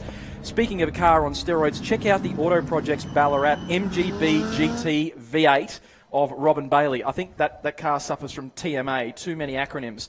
I tell you what, though, it is a weapon of choice. It is a weapon of really choice. Was. 10 years ago, an MGB GT V8 like this would be winning racing in this class, in what was Mark Sports Cars, now moved to the sports car scene, and certainly Bailey just came third in the MG race itself. So watch for the number 50. He'll be hot and sweaty and ready to go. Well, that's what happens when you shoehorn a car that comes with a lightly tuned 3.5 litre V8, ends up with a 5 litre Rover V8 under the bonnet, and E85, and sequential gearbox, and massive wheels and tyres. And we have a tyre war in Production Sports Cars. We've got Michelins, we've got Pirellis, we've got Yokohamas, we've got Hancooks, we've got Dunlops. We have pretty much every brand of racing slick available in Australia. And right down at the rear of the field, of course, we have David Hassel in his Toyota 86 GDS. That's normally running the Toyota Gazoo Racing 86 series. So he's running on the Dunlop Super Sticky Z3 Star Spec tyre, I think, from memory. Ben Schutz sits right next to the number 130 of Andrew Hall. Great to have Andrew behind the wheel. He's a guy that knows a lot of ins and outs of cars, and at the moment running a few cars out there as well. They did the fantastic redo of the Clark Quinn Cup car as well, which is out there, and it's also cool to see a couple of McLarens doing very, very well as well. Richard Campbell, who's done a tremendous job inside the top 10 to qualify. Cars are away, and there's that Clark Quinn VIP car as well, getting away very, very nicely. Down into one, it will be the Sin of Ben Schutz, and you'd have to suggest probably the most experienced racer in this field, a very, very dab set of hands behind the wheel of a Bulgarian-built sports car. But then it is a plethora from Stuttgart that are firing away on the back of it. In fact, it's back to 6th place that we see the McLaren. But let's not discount the weapons from Woking. The McLaren 570S GT4s were to put on quite an admirable performance in the inclement conditions at Sandown. Really good to see the GT4 specification of car, ABS, traction control, not quite as quick in a straight line as GT3 Cup car, but very much suited to an amateur racer. As we see Michael Stillwell in the FR500 Mustang dicing it up with Jim Manolius of Trofeo Motorsport in that Huracan GT3. Certainly Jim has had that car at the Liquid Molly Bathurst 12 hour in a couple of years. And good to see Jim back behind the wheel and driving the Huracan. An interesting line for Huracan there as the Ford Mustang being driven very well at the moment and always does. Sounds the goods. Both those cars, in fact, it's two very different iterations. Front engine rear drive to rear end or mid-engine rear drive. As we see the stamp being licked and sent. That's the number 9 570S of Richard Campbell out of Zagami Autosport, looking resplendent. And it also shares the we've had a spinner off at turn 11. That was Travis Knipe in the 997 Series 2 Cup car. So he's come a cropper at the second to last corner. Very difficult braking zone. Even when they resurfaced the track, it maintained those bumps in the run into turn 11. But if we want to talk up Winton Motor Raceway, how's the improvements year on year? Because this is, of course, it's 2 years since we came state racing here at Winton Motor Raceway. Huge credit to the Benalla Auto Club. that improvement between the turns 3 and 4 really opened up the run for getting the run out of 3, and of course greatly improving the approach and entry and mid-corner of turn 4. Jamie Lovett just off the back of this battle at the front with Ben Schutz and Andrew Hall. Jamie Lovett was throwing everything but the kitchen sink, I think, of the car yesterday in terms of adjustments, getting used to. Really impressive to see pretty much the entire field of sports cars here for the Friday practice day. Not something we've always seen. It certainly is. Often these sports cars are owned and raced by gentlemen racers that find it hard to get away from the office or workshop or whatever it might be. They're doing great shots of the McLaren number 8 car there, Kokonis, and also we're talking about Campbell as well. That's the Zagami Autosport that Rod Wilson runs for customers. They've got so many cars that people buy and they set up and run and race and take them to the track for. We go back to see Lovett defending from 55. That'll be Paul Plank in the Porsche Centre Melbourne 997 Series 2 GT3 Cup car. So these cars very evenly matched. Same size wheels, same size tyres. And of course, that same 3.8 litre flat 6 engine from Porsche, making about 450, 460 horsepower on a good day downhill with a tailwind. What a weapon to have around Winton Motor Raceway. It's great to see Courtney Prince at Phillip Island 2 weeks ago, making her, stamping her authority on the Michelin Sprint Challenge as well. So good grounding place we're talking about during the 944s. This is the type of car, if you win a 944 champion, you can get a day away with a professional race team to have a drive on. This is what they look like. This is what they go like. They go hard and they run very, very well. You never have a question about reliability with a Porsche. Have a look at that McLaren though. That is magnificent. Well, incidentally, this is only Michael Kokinos' second ever race. So he's part of a group of friends that got involved in doing track days. They have the cars trucked away to numerous race circuits around the country as Benjamin Schutz set the fastest lap of the race so far on the second lap. First flyer, 123.2. That's a fair way in front of some of the cars towards the rear of the field. So Michael's still getting used to, what does a start look like? What do the safety car protocols look like? How do I need to phase the tyre in my warm-up lap? But he's ably being assisted by the team from Euro Motorsport, and they're doing a great job in that car. He said he wasn't really prepared for the 40-minute race at Sandown. He said he'll never do a race without a drink bottle again, and he'll never do a race without radios again. As we see Travis Knipe moving his way through Jim Manolius there. His next target is Robin Bailey in the MGB GT V8. Travis Knipe doing good. He's up 2 on the last lap around there, so that's what we just saw transpire on screen. He got a Lamborghini and he got a Porsche on his way through.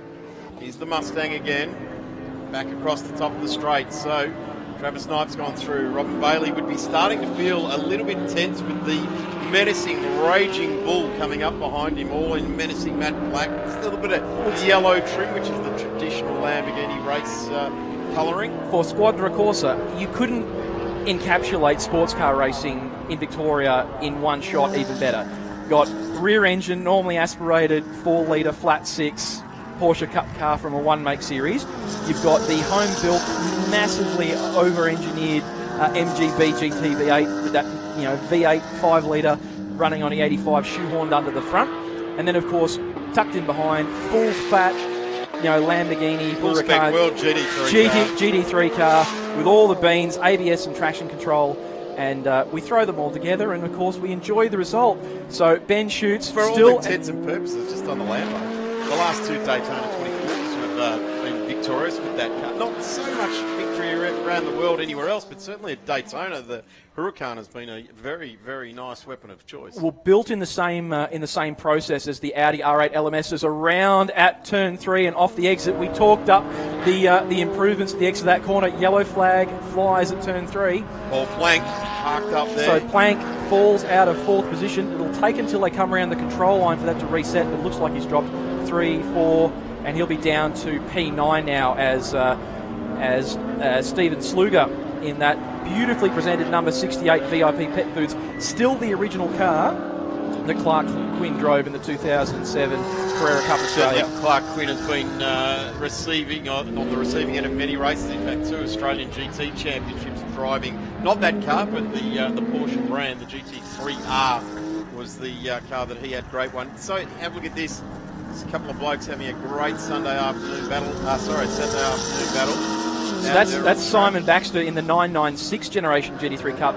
So that's how far sports cars have come on. So a car from the very early 2000s, 6-speed H-pattern road car gearbox, ABS brakes, single master cylinder, and then of course we've got the current spec GT4 car, ABS, traction control, twin turbo 3.8 V8. Just talking about the 996 there, the likes of Matt Kingsley and Kane Rose entertained the Craig Baird, Jim Richards. Just entertained the world with their abilities. When those cars came on, they were such a massive push away from the older 993s and that sort of thing that came out. Porsche really reinvented again the 911, and they've changed. They've evolved, not revived. It's evolution, not revolution, as our good friend Mark Scape would normally say. I was going to quote Richard Crail, but anyway, you go, Scape. Oh, well, of course, we are talking about Porsche, so we do have to mention Mr. Five-Time. Shout out to Richard Crail. Hope the weather down there in South Australia was nice and you enjoyed your 10-day stay in lovely Victoria. I think he's enjoying the rally of Adelaide this weekend. Absolutely, and who wouldn't be with weather like this? And of course, South Australia touring the vineyards. Speaking of vineyards, Jim Manolius brings to you today Trofeo Estate. Of course, with the lifting of COVID restrictions, they've been back in business. If you're looking for a great weekend or a great afternoon down on the Mornington Peninsula, I can highly recommend the Trofeo Estate. You don't even have to go all the way to Red Hill. No. It's just a short trip off the freeway. You go past the Daytona Sportscars building, where the Sins and the Daytona Sportscars are produced. And of course, just a short trip up the road, Trofeo Estate, lovely place. Again, a very interesting method for Australian winemaking, amphora style, the Italian style, in clay pots, and it's genuine. In fact, it has been said that the method they're using in Australia is more genuine than what the Italians are using. It's, how you say, a very speciale. It's very speciale. Speaking of speciale, we also have the Lotus tucked in behind Michael Stillwell. That'll be Tim Schreiber. So the pair of Lotuses, or one Lotus, many Lotus, at the rear of the field, joining Victorian State Circuit Racing for the first ever time as we under brakes, big move, and Michael giving a nice amount of room there. They'll run side by side through 11, and they'll run side by side through 12, and then we can see the big 5-litre V8. Oh, but of course, much better gearing in that Lotus. Disappear in a wheel spin. It's a 5-litre heater, and it makes a great bunch of noise out the back. Not so great. It is an ace noise. Not so great at the shorter circuits. These guys have followed the super sprint pathway to a circuit license, so they've been sprinting and doing time trials and regularities for about 8 years now, and they've made that jump to circuit racing. So if there's anyone out there who's been doing super sprints for a while, you probably meet the requirements with your Lotus or your MX-5 or your Nissan 350Z. It's got a roll cage, it's got all the safety equipment. Chances are you're the next candidate for production sports car racing in Victoria. So there is another Lotus out there as well, which is the David Bunton car as well, running down there in 15th at the moment, and that is your classic first series. That's the original generation Lotus Elise, not Exige. So that one doesn't have the engine cover, but it's got a very nice carbon roof and short cover over it. As we see it into the back of shot. Driven nicely, driven well, we'll give a 355 and a 993. Very big hurry up into 1998 GTP championship. Well, that car actually has adorned upon its rear wing the 2000, I think, Production Sports Championship victory sticker on its rear wing. Still running the original 1800cc.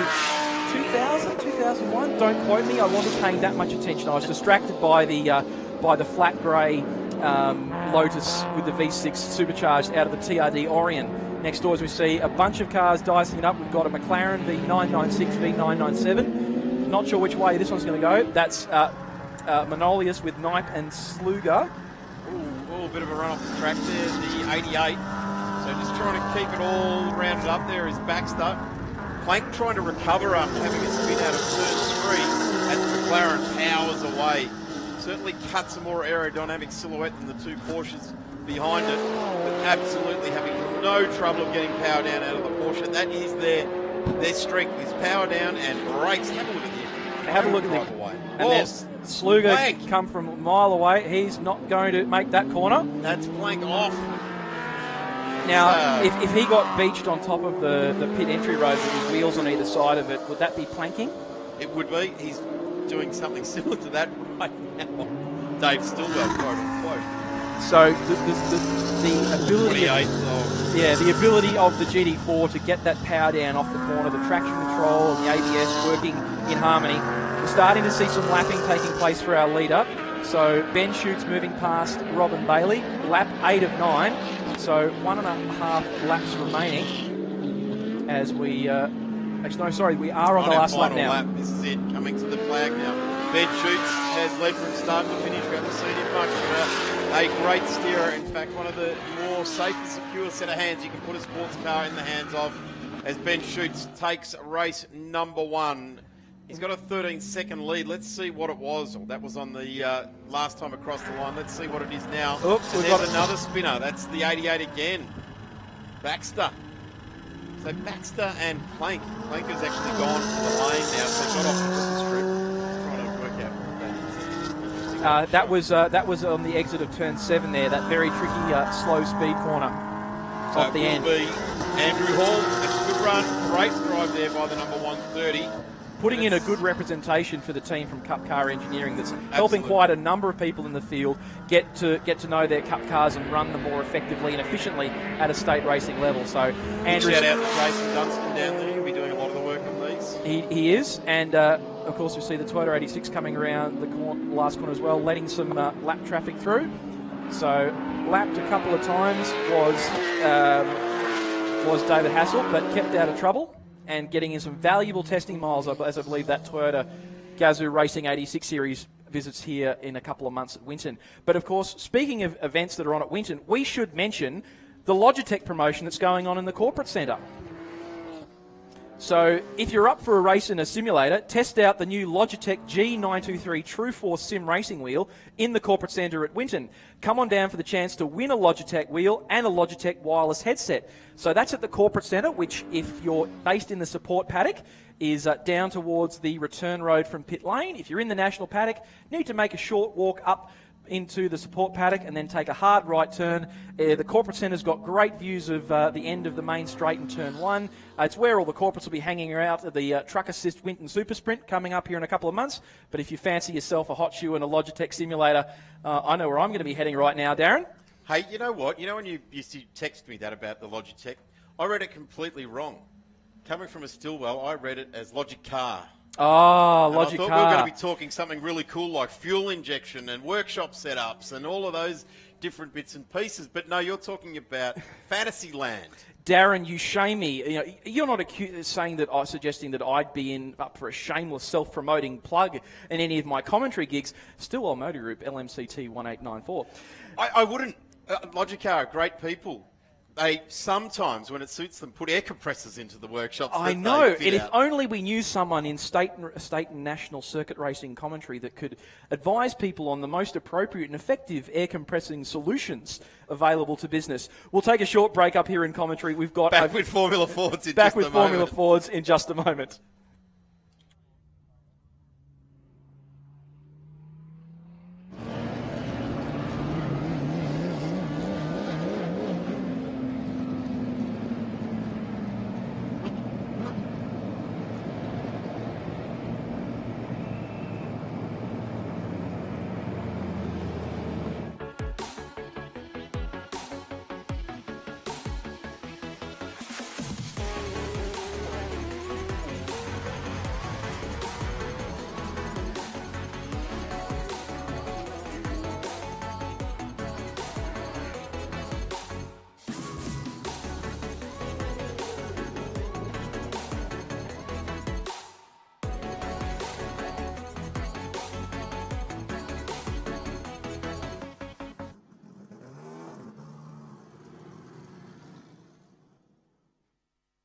Do you have a special car, a caravan, boat or RV, but no safe space to store it at home?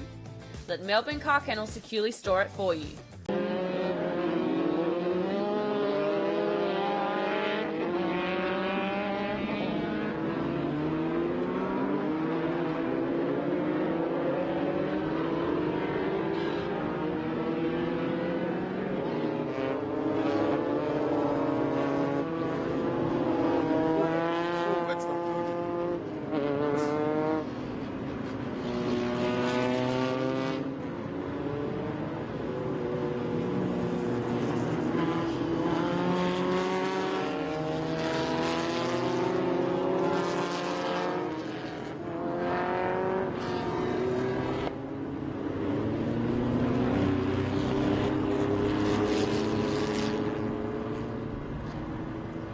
Well, welcome back trackside here at Winton Motor Raceway. We've got Formula Fords on track, and unfortunately on our screens we've got Connor Summers, who was being very, very enthusiastic warming up tyres. And I can tell you what, Connor Summers is in very esteemed company in doing that. Many, many years ago, there was one Jim Murcott with Jim Murcott Advanced Driving Centre and plastered down the side of his Lotus Super 7 that I remember as a kid that did exactly the same as that. Came out of the marshalling area, which is right next to the control tower here. Did a bit of a weave, spun around and whacked it in the wall. Bad ad for your driver training centre, but he did go on to win the race, so there you go. Maybe Connor Summer will get recovered out of here, and we will continue on our way. This is round 2 of the Victorian State Circuit Racing Championship. Welcome if you've only just joined us trackside as we start to see the Crawl the Hume crew move out. It's been fantastic having all the diesel enthusiasts at the track with us for their lunchtime break today.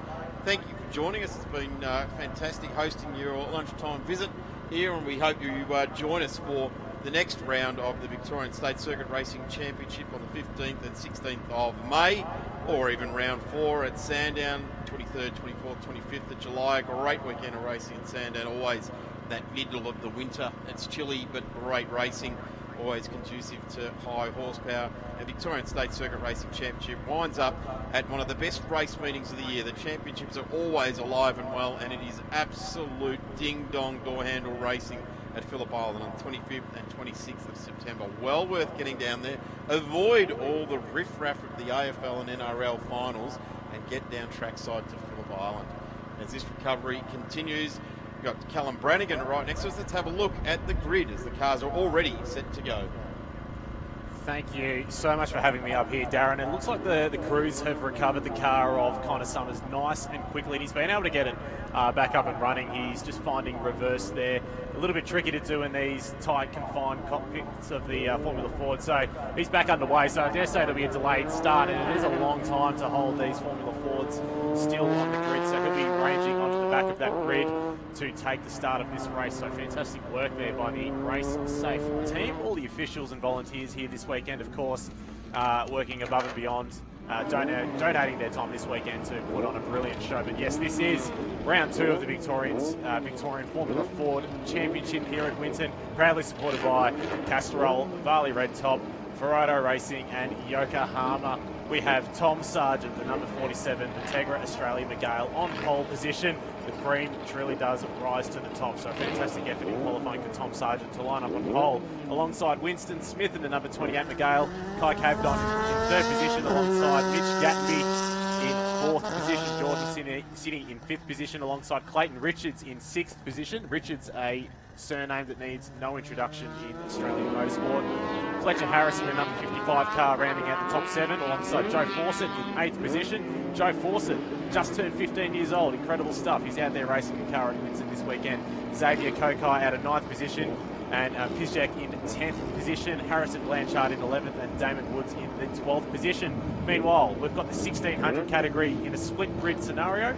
They're lining up just a little bit further back behind the Duratec cars. We've got Brendan Jones on pole position, the 5-time Victorian 1600 champion in the Speco VHT car alongside James Meaden. But we have a green flag being shown to the driver, so I think they've been shown around for another sighting lap, and it looks like we've got 7 laps on the board now for this race. So that recovery, albeit very quick, is just right at the wrong time of the race. It does delay the start, so the field coming around again. Something interesting you just touched on there, Callum, and that is that Formula Ford consistently now 52 years has been the category you have to come through to learn how to race a car. It's as simple as that. You can take many, many ways to do it, but this is the way that the greats learn. We've touched on it many, many times, and we keep touching on it.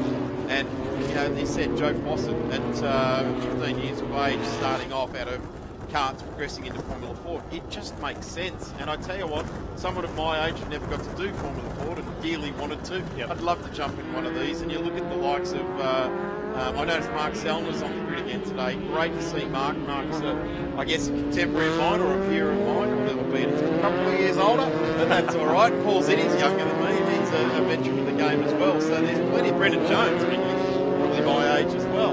That is the benchmark at the moment in the Absolutely Kent the category. benchmark. And it's fantastic to see VHT stepping up to be the naming rights sponsor of the S5000 Championship as well. So VHT, well, it's really getting their name out there at the moment. And you've got the likes of Brendan Jones.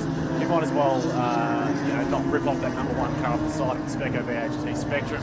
That car is a very familiar sight here in the Victorian State Circuit Racing Championships, and he just keeps on setting the pace and he just keeps on winning. So it's great to see that James Beater's taken the battle right up to him this weekend, and he's not too far off that outline pace.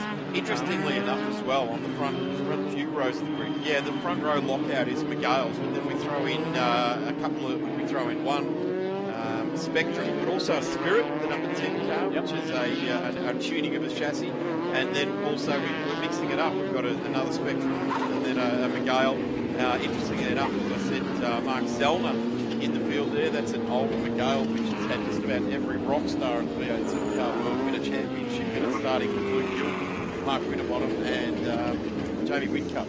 So Mark Zellner unfortunately ended up in the wall at Sandown, and what it did was it destroyed a couple of very, very precious control arms that had done that whole journey with all of those drivers on it. So Mark was very, very disappointed about that. Great to see that he's picked it all back up, fixed it up, and got it here 4 weeks later going racing again. So well done, Mark. A Formula Vee racer for many, many years, raced a magnificent 2-litre VW Beetle, which was a scary piece of kit. I had a passenger in that car a number of times, but it was so fast. But so cool to see Mark Zellner back on the grid after that smash at Sandown. So we're coming back around, waiting for the green flag at the back of the field to get this race finally underway. This is the opening race of 3 for the Formula Fords for their second round of the Victorian Championship. 24 cars lining up for this race, split across 2 different classes. Starting to get a little bit toey with the drivers. You can hear some of the revs rising in the background, and beautiful pictures being brought to us by Blendline TV this weekend. I would say Connor Summers has made his way back through the field. I think that's what the hold-up was, making his way down through the 1600 field. And we've got recovery vehicles getting rid of number 33, which is now stopped on the grid. So that's the car of Frank Harris. Frank Harrison, the RF86. Might I add my favourite from all time, the RF86. Followed by a list of Spectrums, actually. And it looks like they've got underway. Absolutely underway. It was the final car on the grid there. So a good run down into there. It's going to be Sargent that gets a very, very nice start indeed. He grabbed second gear and just drove away from Will Smith.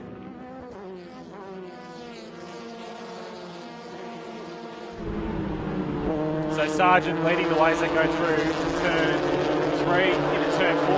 Nice, and there is a huge racing program this year for Sargent out of the Colin Hill engineering team. Of course, Cameron Hill, a man huge success previously in Formula Ford, having taken out the championship back in 2014.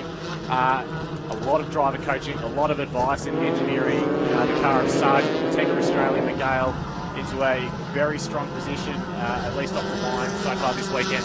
The Cameron and Collins Hill race team proved that you don't have to be a big factory to win in this championship in 2015. They did such a great job, and they had a lot of the names that we now know and love in that field. Randall, etc. Jordan Sinney. Sorry, great move up the inside for Jordan Sinney. Up the inside of Mitch Gattenby, who fantastic qualifying position for him to be starting out at the 4th position. Sorry for interrupting you before, Darren. Tom Sargent, though, still leading the way ahead of Winston Smith and Kai Cavenham, doing a fantastic job out of P3. Great little battle here as well. It looks like we've got the car of Blanchard. We've got his mirrors full of Xavier Kokai. So Xavier Kokai is also getting a great start as well. But Mitch Gattenby fighting back in the number 10 Spirit. And Tom Sargent with a 1 minute 30.8 standing lap time. So he's absolutely streeting the field. He's very, very comfortable, but he's run a little bit wide coming out of turn 3. So a bit of a scary moment. The fact they've all run wide. There's quite a few of them running wide. So, we've got a huge spin. It's two of them, actually. We're getting reports of rain at that end of the circuit. They're all falling off. Brendan Jones off as well in the Speco VHT car. So there's 3 cars that have gone off there. One of them's the yellow RF86. We'll try and pick up that one. The older Spectrum, older Van Diemen, which will be Jason McGrath, regains. In fact, everyone regains. They were just a horrible spin down there. And yes, there is certainly rain falling here as well. And right across the back of the track where all of our trucks are leaving the circuit as well. So that's not what they wanted. At the moment, Tom Sargent's doing a terrific job pioneering the way there. Winston Smith in P2, Kai Captain, Jordan City has rejoined the front of the pack. Jordan qualified 5th, now made his way to 4th. That's that car there, the yellow and black car. Right in there, so this is going to be a challenge. This is tricky times, and if Brendan Jones has spun, then there's going to be furthermore that will do it. So I did identify that it was Jason McGrath. I'm not quite sure who else it was, but we'll probably start to see someone drop down the field because it was certainly just outside the top 10 where that was happening. So Jordan Cinney's gone up, McCavden's gone up, Harris has gone up, Kokai's gone up as well. Paul Ziddy is dropping down a space, as has Harrison Blanchard. It looks like it's raining across the whole circuit at the moment, Darren. It's starting to get the sheen on the circuit. It so definitely is. That's very wet. Picking it up and throwing it in the air now. But of course, the Formula Fords run on it's mandated that they run on the Yokohama AO48 semi-slick tyres, so they are suited to any conditions, whether it be dry or soddenly wet, as we continue to see the rain absolutely teeming down at the moment. This was a complete surprise for the drivers. Certainly for myself as well. I had no idea there was rain coming for this race. We can see Paul Ziddy being gobbled up as they go into the turn 5 sweeper. That was rather dramatic, wasn't it, Darren? It's very dramatic, and it will continue to be that way as we're just looking at the rain cell. It's a very, very small cell. In fact, it has hardly even gone dark here trackside. If anything, it's got brighter as to where we are at the moment. But it is absolutely belting down. It is bucketing down, and we can see Cinney enjoying the conditions there. He's jumped up in front of Smith there, but it is a bit of a lacklustre exit as they come towards turn 11. So he's coming under fire now from the car of Gattenby as well. I think Mitch Gattenby's loving these slick conditions in the Spirit, so we'll keep an eye on the number 10 car. But at the front, I wonder if we'll see a Lane Prost here, arm up, everybody in. We're not racing in these conditions. I don't think so. These guys want to get racing, and they're going to have to get used to these conditions because just about everywhere except for NASCAR and IndyCar continue to race in these sorts of conditions. It is absolutely You'd bucketing have to down suggest still. There's not going to be too much swapping of position because everyone's very careful. Have a look at the sheen off the track now, and we can't even identify the cars. We'll switch over to the Blendline TV streaming, and even that's making it difficult to... And we've lost Cinney at turn 3. He's gone wide. So he'll hopefully try and make his way back on in the Dirty Digger Spectrum. He's dropped back behind Kai Cabot. He's just ahead of Clayton Richards as well in the Shannon's car. So Clayton Richards, he's definitely made his way up through the field a little bit. Got a nice little battle pack as they carefully negotiate their way around. And we've got a couple of cars going off straight ahead. There must be an absolute river as they go into turn 3. Another one. We've got 3 cars off at turn 3. 3 for 3. We've got Paul Ziddy going off as well. Now. Dean Koutsoumides is off as well. So, very experienced racer is Dean Koutsoumides. They're all just crawling back down through there now. This will have to be a safety car. Waved, and I wouldn't be surprised. It is the smallest of cells. In fact, it's so bright here trackside, you wouldn't believe it's raining. That's Paul Ziddy in the number 6. It's the number 30 out there as well. That's Andrew Lamrock in the Reynard. And just trying to pick up what that spectrum is there. So Paul Ziddy out in the Jill's Pretty Special car, and red flag. That race has been red flagged. So can't quite pick it up. Is it the number 72 of, Dean Koutsoumides, as you called Callum, wandering off. So Dean Koutsoumides in the Spectrum 06, Paul Ziddy. Reynard of Andrew Lamrock as well in the number 30 car. So there's I think I saw a side pod skating down the road. Yeah, skating down, well now floating down the road, I guess you should say. It's probably more suited to being a boat at the moment with the slick conditions, but we think it's come off the spectrum of Dean Koutsoumides. Tom Sargent's still making his way around the circuit, so he might have missed the red flag, or is elected to continue on, but this race has definitely been called by race control. It is, you can actually see how sodden it is now that the rain is somewhat cleared. There's It's only raining incredibly lightly at the moment, but there is an absolute river streaming across the track as they go into turn 3. So I think that was a rather pragmatic decision by race control to call time on that race. Obviously, these cars were set up for dry conditions. There's not too much they do to make them more suited to the wet conditions. They soften off the rear. They usually detach an anti-roll bar or two, and they soften off the tyre pressures as well to better deal with these wet conditions. But if you've got a complete dry setup, especially around a highly technical circuit like Sandown, it's a bit of a handful, as we saw with the 3 or 4 cars that we saw going off at turn 3. Just looking now, the side pod off the Kutsmedes car, the blue piece of side pod. Yeah, that dark. Rain on the back of shop there, I'm pretty sure that's moving away from us. I'm pretty sure that the weather is coming from sort of the Hume Highway side of the track, going that direction, moving from, I guess, turn 3 and 4 over towards the old back straight or something. The way the weather normally comes into the track here, so certainly a bit of mayhem down at turn 3. So fantastic work by the officials, as per usual, having to clean up the calamity that's down at the sand trap. So Lamrock's looking at his Reynard. I guess he's trying to see if there's any damage that they might need to sort out. But we've got the Mahindra tractor nice and quickly on the scene. I guess they'll pick up these Formula Fords and place them straight onto the back of the tow truck and bring them back to the paddock and assess them as quickly as possible and get them ready for tomorrow morning's race. Yep, certainly tomorrow morning's Formula Ford race is early on in the day at 9 lapper at 10:10. And then the final lap, 10 lapper, is at 2:40 tomorrow. Callum, we might take a quick break because I'm not sure that we're going to get this one back underway again. And coming up next is the improved production car. So if it remains wet, the improved production car race is going to be just as exciting as what we've just seen. I think you touched on it earlier, didn't you, about the Shep City car of Lloyd going through the sweeping, going through the spray. We'll see how that works out, but we'll take a quick break here trackside and indeed on the Blendline TV coverage for this weekend. And yes, confirmed, the grid for the improved production cars has been put up. We thank Ferodo, Yokohama, Red Varnell for their support of, and Castrol of the Formula Ford Championship, and we'll see them again tomorrow. We'll take a quick break while we clean up after the Formula Fords, and Steve DeVries will bring us the action from the improved production cars in just a few moments. Back soon.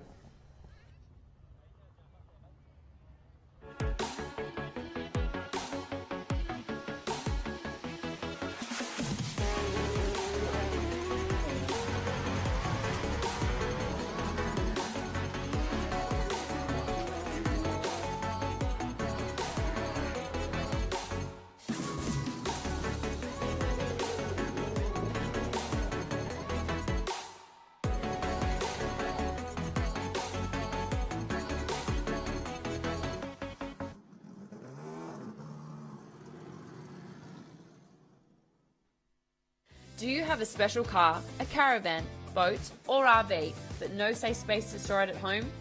Let Melbourne Car Kennel securely store it for you. Conveniently located at Moorabbin Airport with easy access to major roadways, Melbourne Car Kennel offers secure indoor and outdoor storage for anything on wheels. With 4K CCTV, monitored alarms and regular security patrols, Melbourne Car Kennel cares for your wheeled assets as if they are our own. Call Melbourne Car Kennel now and talk to Brad to organise your flexible vehicle storage solution. Discounts available for viewers who mention this advert from the Victorian State Racing Series broadcast. You can find Melbourne Car Kennel on Facebook, Instagram and online at melbournecarkennel.com. Melbourne Car Kennel, proudly supporting Blendline TV and the Victorian State Racing Series.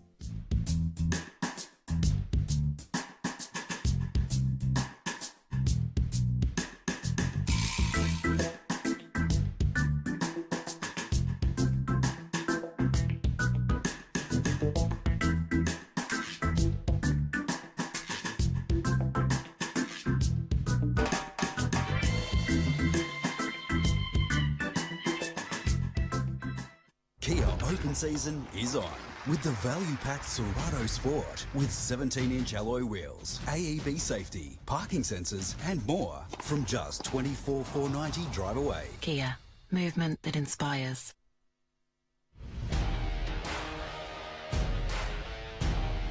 Facebook isn't the only place that you can support Australian grassroots motorsport with Blendline TV. To see more real race cars, more live events, and more of the racing you love, subscribe to the Blendline TV YouTube channel, sign up to our mailing list, or bookmark and subscribe to our website at blendline.tv. Thanks for continuing to support grassroots motorsport with Blendline TV.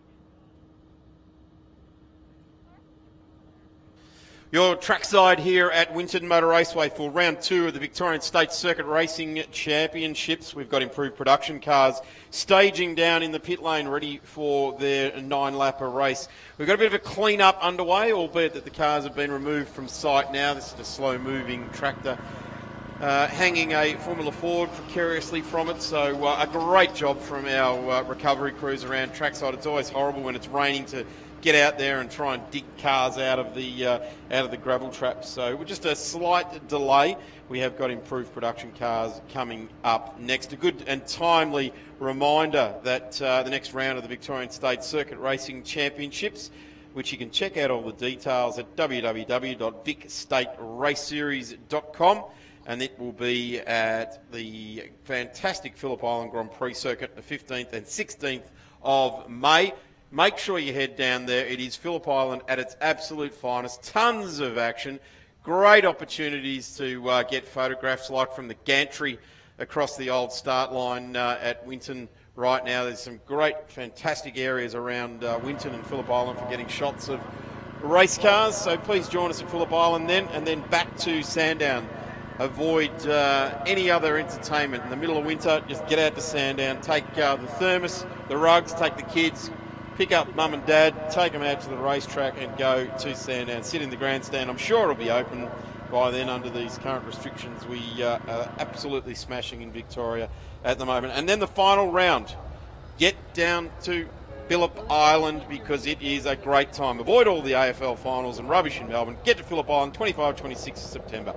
We'll be back with racing very soon.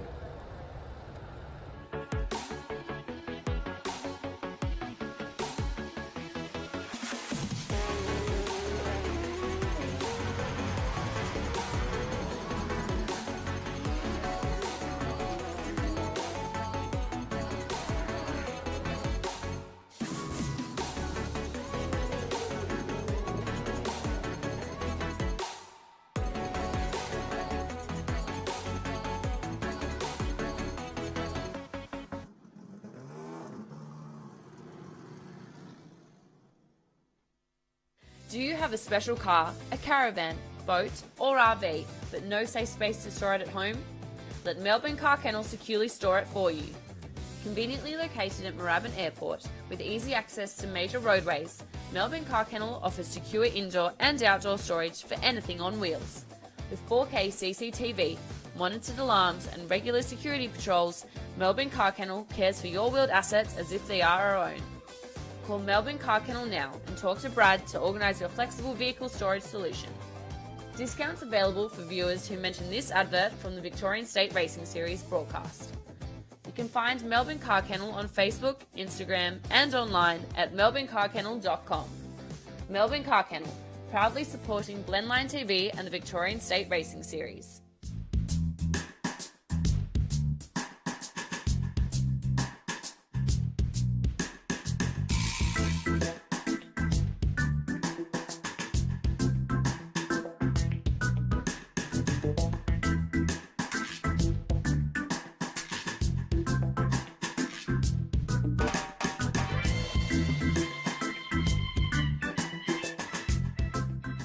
Kia open season is on with the value-packed Serato Sport with 17-inch alloy wheels, AEB safety, parking sensors and more from just $24,490 drive away. Kia, movement that inspires.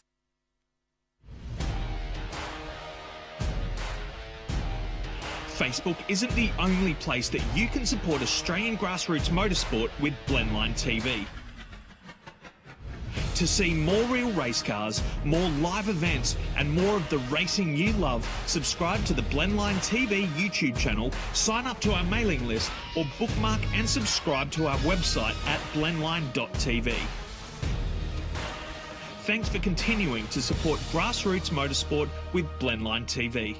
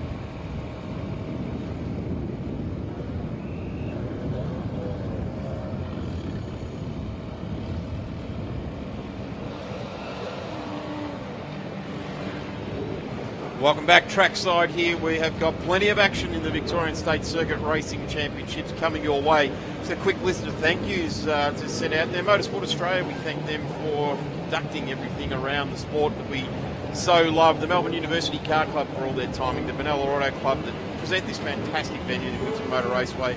Ambulance Victoria, the Stewards Panel. All the competitors and crews that have travelled from far and wide. The Victorian Flag Marshalling Team for our very much loved flaggies trackside. And our promoting clubs, the Australian Sports Sedan Association, the MG Car Club of Victoria, the Phillip Island Auto Racing Club, or PIARC to its friends, the Victorian Mini Club Incorporated, Victorian Scrutiny Panel, and the Victorian State Series Incorporated. As I said earlier, www.vicstateraceseries.com is where you'll find all of the good love around the Victorian State Circuit Racing Championships. Improved production cars making their way down pit lane now for their first race for the weekend, and good to see the big fella Troy Lloyd standing tall in the promo for the Victorian State Circuit Racing Championships, and standing very tall right beside me right now. Steve DeVries, Improved Production Cars on track. Certainly is. Thank you, Darren. Thank you, and good afternoon, everybody. And you can see there a little bit of trouble in dummy grid, it looks like, for the car of Mark DeFarnis. little bit of a delay with the clean-up from the Formula Fords just a few moments ago.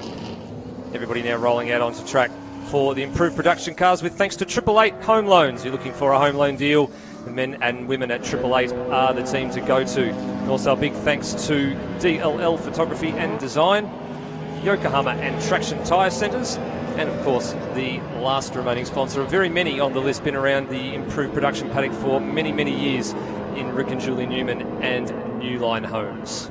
Well, this race certainly got interesting, didn't it? Yeah, great to have such long-lasting sponsors with these categories. It gives them the ability to grow and expand and promote the category. And I guess what we're seeing now is cars that are all the way around being led by a great qualifying session by Paul Cruz, and we still haven't seen them finish leaving pit lane yet. So I guess their abilities to work so very, very hard. And I say that, and arriving perfectly on time in car number 63, right there, Gary McKay, the president over a decade now for Improved Production Racing. So good to see him back on track. Yes, he's done some racing in the last 10 years, but this is the first time for so long that he's been to Winton. Yeah, we did the math. It's actually 2010, March 2010. It was actually the first round of the Victorian State Circuit Racing Championship back in those days. Was the last time that he dragged the Tirana all the way up the highway to this little circuit in the northeast corner of Victoria.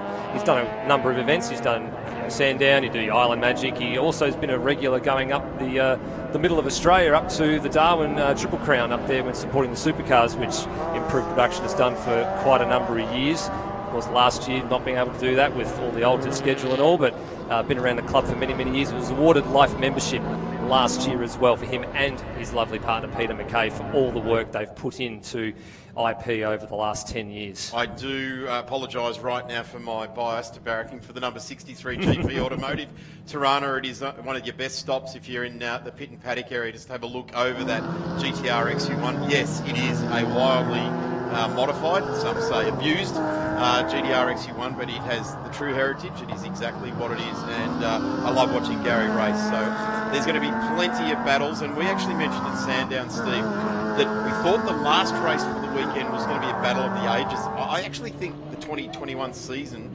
is going to be a golden era type of thing, because there's cars in the top 15 that can win this race. They've got to catch a very, very fast Paul Cruz, but they certainly can do it. They certainly can. You're right. V8 power in the right hands at a circuit like Winton can certainly be right up there and challenge for the win. But the turbo car of Paul Cruz this morning went 3/4 of a second under the race lap record in qualifying. So looking to do that in race trim. Probably about 20 minutes ago he would have liked his chances, but I don't like the look of it now. It's a dry line starting to form, but still far from a dry track. Well, this is actually going to be a battle from inside the helmet. This is going to be a driver battling with what they are presented on each corner and each lap here, as Paul Cruz lines up against Butcher, Tonks, Adam Poole, who swept Sandown at round one, Troy Lloyd in the number 6, the local guy from Shepherd City Bearings and James Race Engines there. Then it's Dave Cox. Great to see the white Commodore of Dave Cox up there in position number 6. Craig Ferragrace in the big blue Falcon, brand new at Sandown. Danny Timewell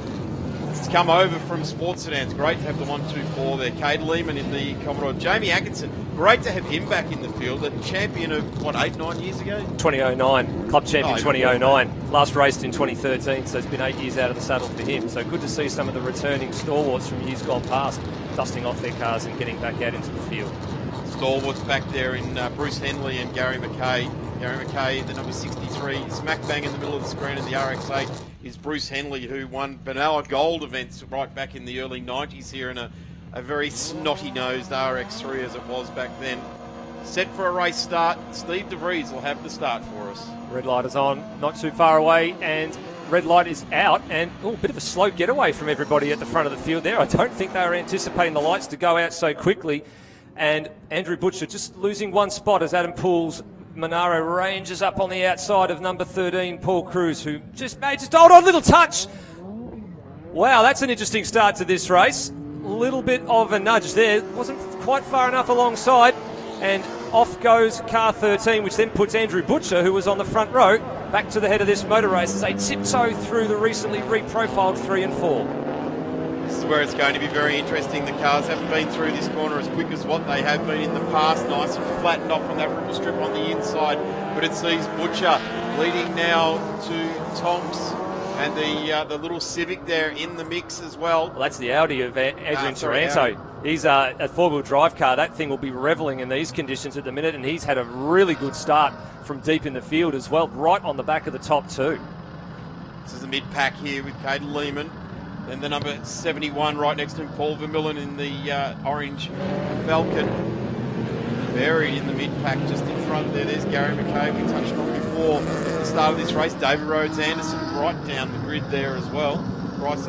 Peter Budge in there as well. There's Craig Perigo, still minus the rear deck spoiler they're going to put on that big blue Falcon, but there's another one.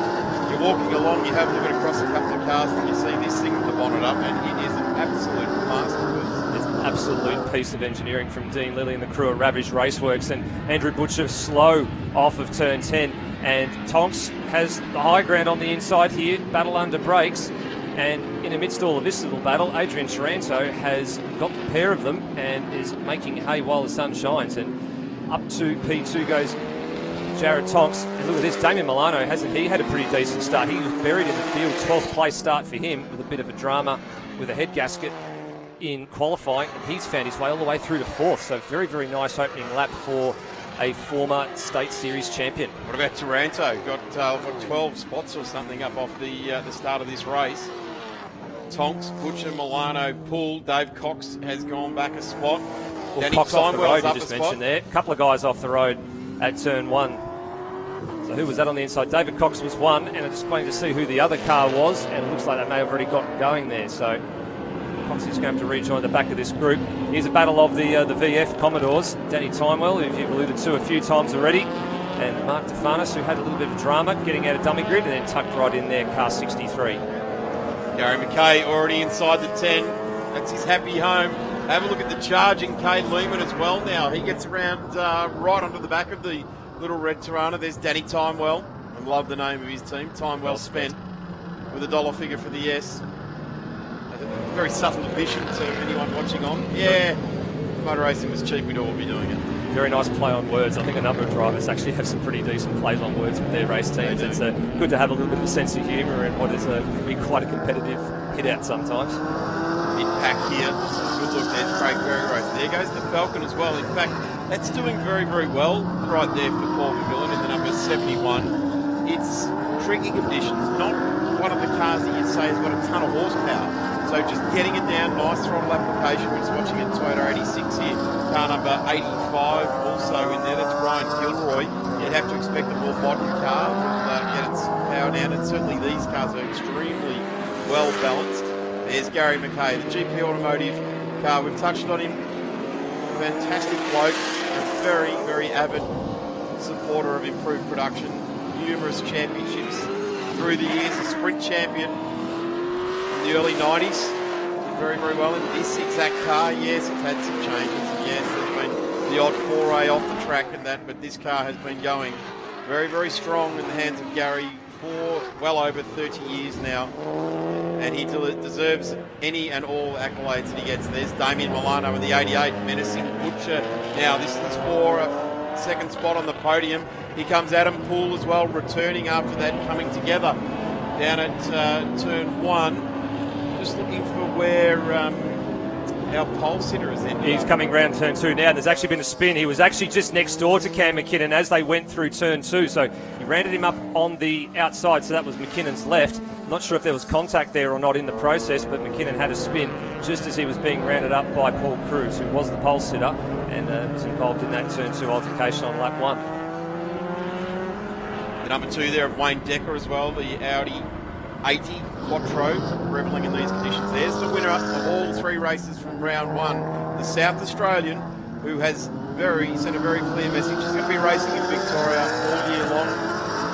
Pretty much the State Series in South Australia these days is 1 round at Tailem Bend and then numerous rounds at Malalar Motorsport Park, which for mine is very similar to this place as far as a race track is concerned. It's a track with consequences.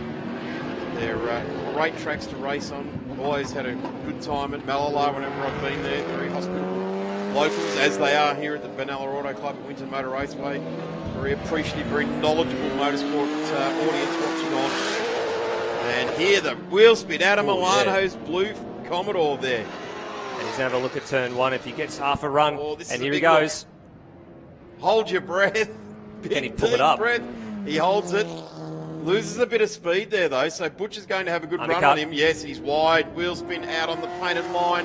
Butcher has to stay clear because that's almost like a pinball machine flipper there, the way that Commodore was waving around. Fishtailing at the back there, just lucky to keep it there as well. BMW goes pretty well here. Oh, Graham McPherson, that's off at the final corner.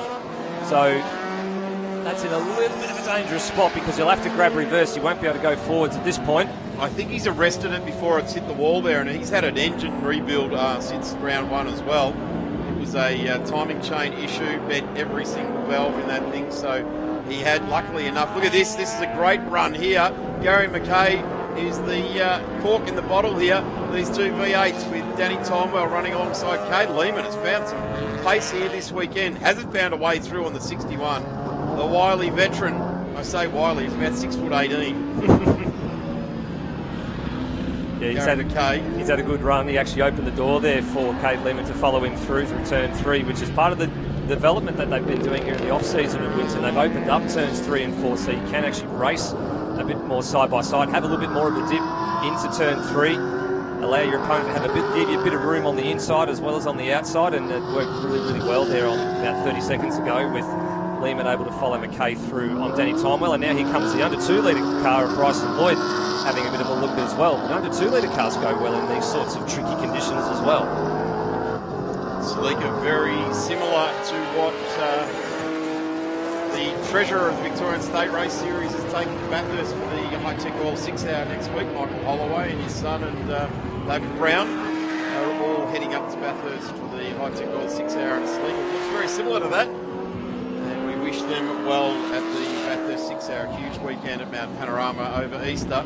Gary McKay, look at that, very gingerly making their way past yellow flags there. Graham McPherson pulled up. Called a safety car actually, Darren. They've just called the safety car now, so they've realised that the McPherson Mobile car 73 just in the bottom of shot there is in a bit of a precarious position, and they're going to have to throw the safety car to recover it. It's probably a bit of a smart call, but everyone's going to have to go around at much reduced pace for 3/4 of a lap until they can pick up the leader.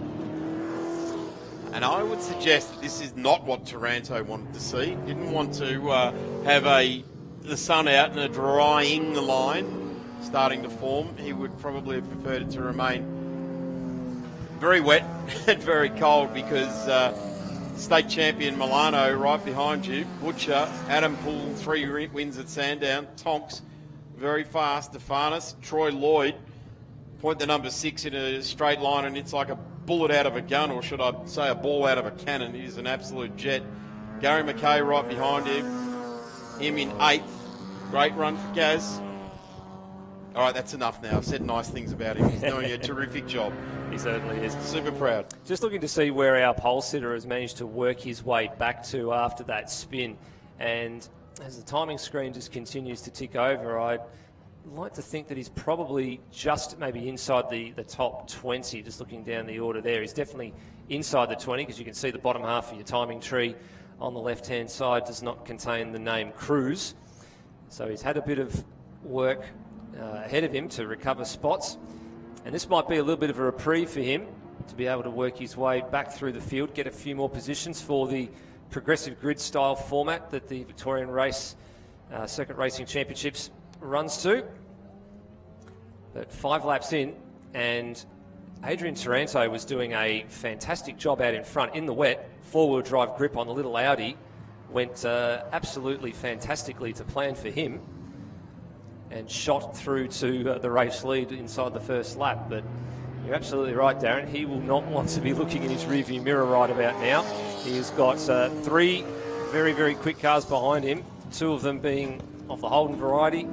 Andrew Butcher's no slouch behind the wheel as well. And Jared Thompson, Troy Lloyd also tucked in there inside the top 10. So it could be a little bit of a big sprint finish here, I'd think, if depending on how much longer we stay under the control of the safety car. All right, well, let's just scrutinise this field and try and pick out where there's some strengths and weaknesses. Certainly Adrian Taranto being wet still does hold, I guess, the ability to lead this race. There's the number 13. of Michael Cruz. Paul Cruz. The Nissan S13. Sorry about that, Michael. Paul, whichever way we go. And that's Paul. Had a bit of a coming together in turn 2 on the first lap.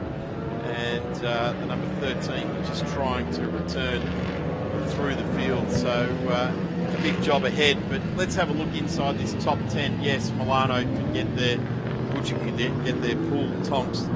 Farnes in the 33.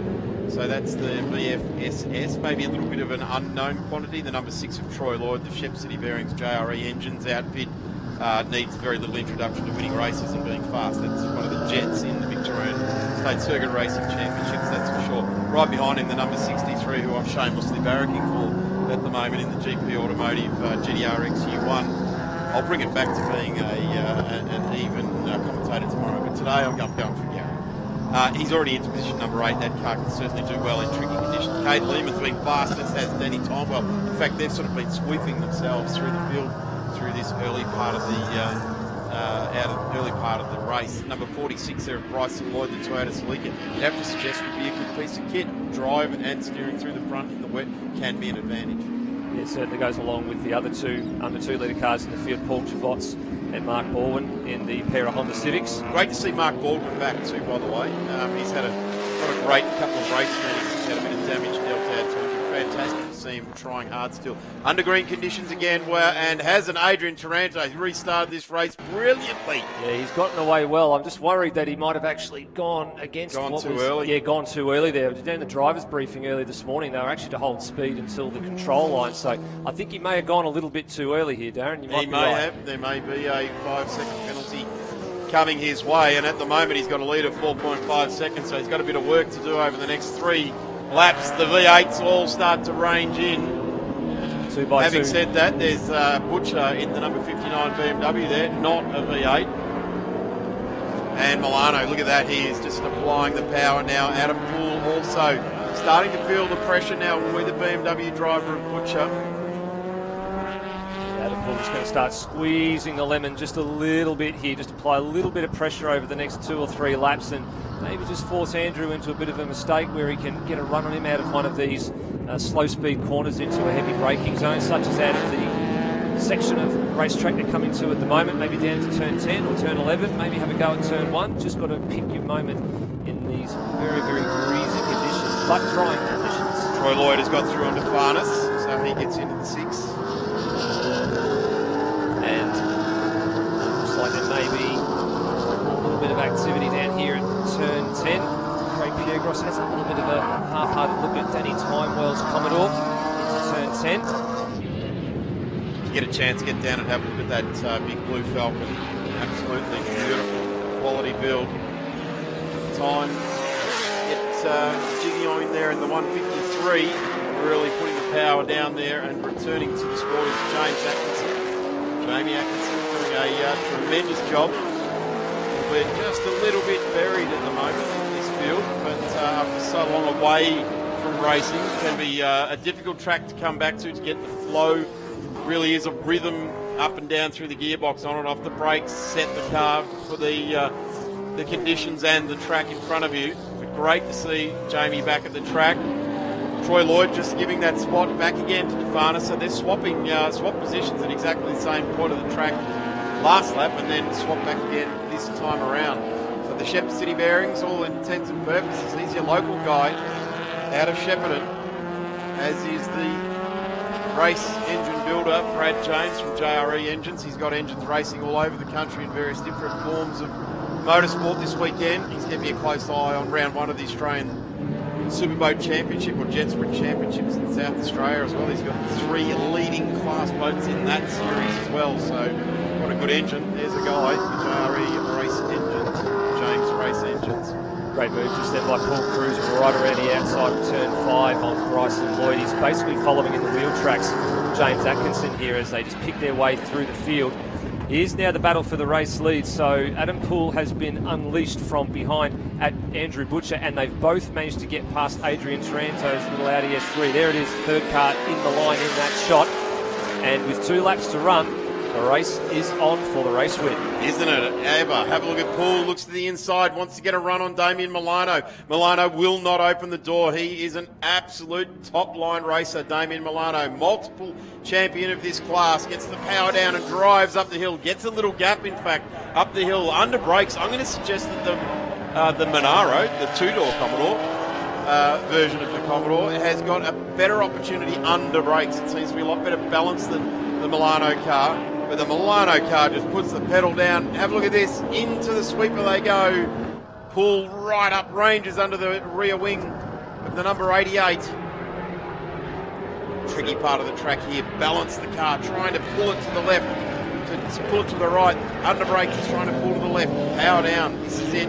Watch Pull there. See the back of the Monaro just squirm, the white car there. Big defensive lines from Milano going into 6 as well, just parking it in all the right spots for the minute. Look at Poole having the high line, looking for the late apex out of turn 9, trying to get that drive off the corner to have a stab under brakes, and here he goes. He sends it, that's for sure. Milano actually allows it to occur as well. He hasn't got the answer for it in the number 88.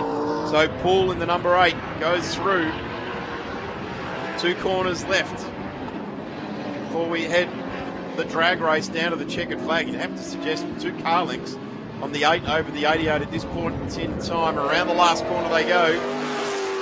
Ball accelerating beautifully. He moves over, and there is the checkered flag, and it is Adam Poole. 4 races from 4 starts in the 2021 Victorian State Circuit Racing Championships has seen a Poole in P1. Certainly has. Here's the number 114, Mark Ball, and as you said, good to see him back in the field with a resell last time at Sandown after that awful incident at Island Magic last year in November. And he's going to be chasing home Paul Javots, who's going to take the under 2 litre honours in car 45 across the line. Good mates, 2 Honda Civics. And where did our pole sitter get to after all of that? That's the next question we want to see. He ended up getting back to P13, car 13 to position 13. So good luck for some. Good luck for some, unlucky for others. It's brought them quite a bit of good luck, that car, but today just did not go according to plan for them at turn 1. Yes, you'd have to say I would suggest there was absolutely no malice in Adam Poole's run down to turn 2 at the start of this race, but he does get the race win off Damien Milano in the last sector of corners. Adrian Taranto will be absolutely going through his brain, leading that race in the horrible conditions, eventually home in 3rd. Jared Tonks into 4, Andrew Butcher 5, Mark DeFarnis, who defended and did a great job to get home 6th. Cade Lehman, another terrific drive there as well. Troy Lloyd in 8th. And Craig Piegros in 9. Gary McCain, the number 63, a fantastic drive, a fantastic car, and a great club man down there for the Improved Production Racing Association. They all should be very proud of their president getting home 10th. Absolutely. Just looking at the fastest lap there at 1 minute 34 for Adam Poole. So that just gives you an idea of how quickly the track actually dried, or the racing line dried, because that's sort of about the lap pace that you'd be expecting these cars to be getting to. Maybe just a slight bit quicker, but the track definitely improved very, very quickly over the course of that 8-lap race.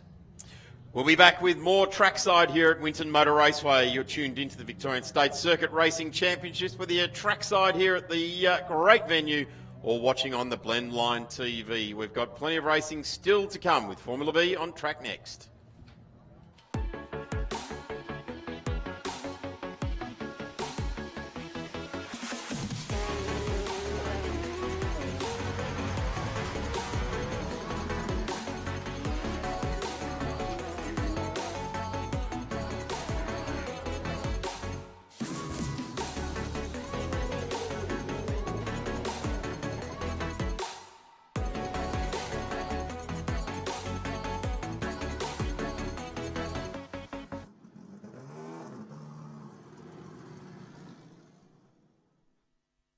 Do you have a special car, a caravan, boat or RV, but no safe space to store it at home? Let Melbourne Car Kennel securely store it for you. Conveniently located at Moorabbin Airport with easy access to major roadways, Melbourne Car Kennel offers secure indoor and outdoor storage for anything on wheels. With 4K CCTV, monitored alarms and regular security patrols, Melbourne Car Kennel cares for your wheeled assets as if they are our own. Call Melbourne Car Kennel now and talk to Brad to organise your flexible vehicle storage solution. Discounts available for viewers who mention this advert from the Victorian State Racing Series broadcast. You can find Melbourne Car Kennel on Facebook, Instagram and online at melbournecarkennel.com. Melbourne Car Kennel, proudly supporting Blendline TV and the Victorian State Racing Series.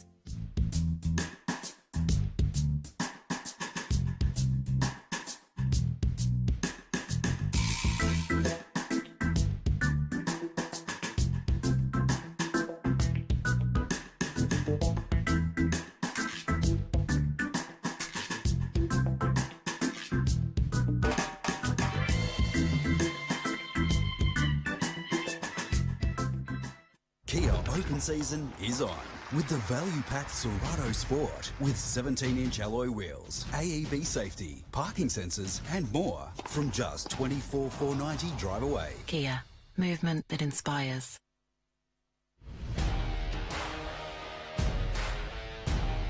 Facebook isn't the only place that you can support Australian grassroots motorsport with Blendline TV. To see more real race cars, more live events and more of the racing you love, subscribe to the Blendline TV YouTube channel, sign up to our mailing list or bookmark and subscribe to our website at blendline.tv. Thanks for continuing to support grassroots motorsport with Blendline TV.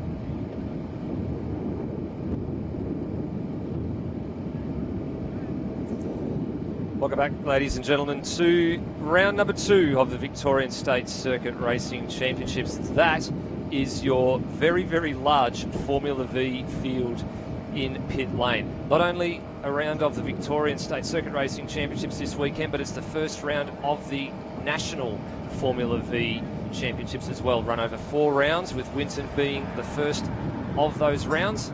And other visits this year off to Sydney Motorsport Park, Tailem Bend, and I believe also across to the other side of the country to go racing at Barbagallo Raceway. So not all the competitors from the Nationals here this weekend, but very, very strong representation. And Callum, they're going to take it up to the Victorian squadron of Formula Vee drivers this weekend. If anything's to go by in qualifying, we are set for a great trio of races this weekend. Yes, thank you so much, Stephen. And it was a rather rude introduction, the New South Wales cohort coming down to Victoria and spoiling the party for the likes of Heath Collinson, Reef McCarthy and Jake Rowe. Those guys, experienced hands in Victorian Formula Vee racing, having been at the head of the field for the past few years, and obviously the year that was nothing that was 2020.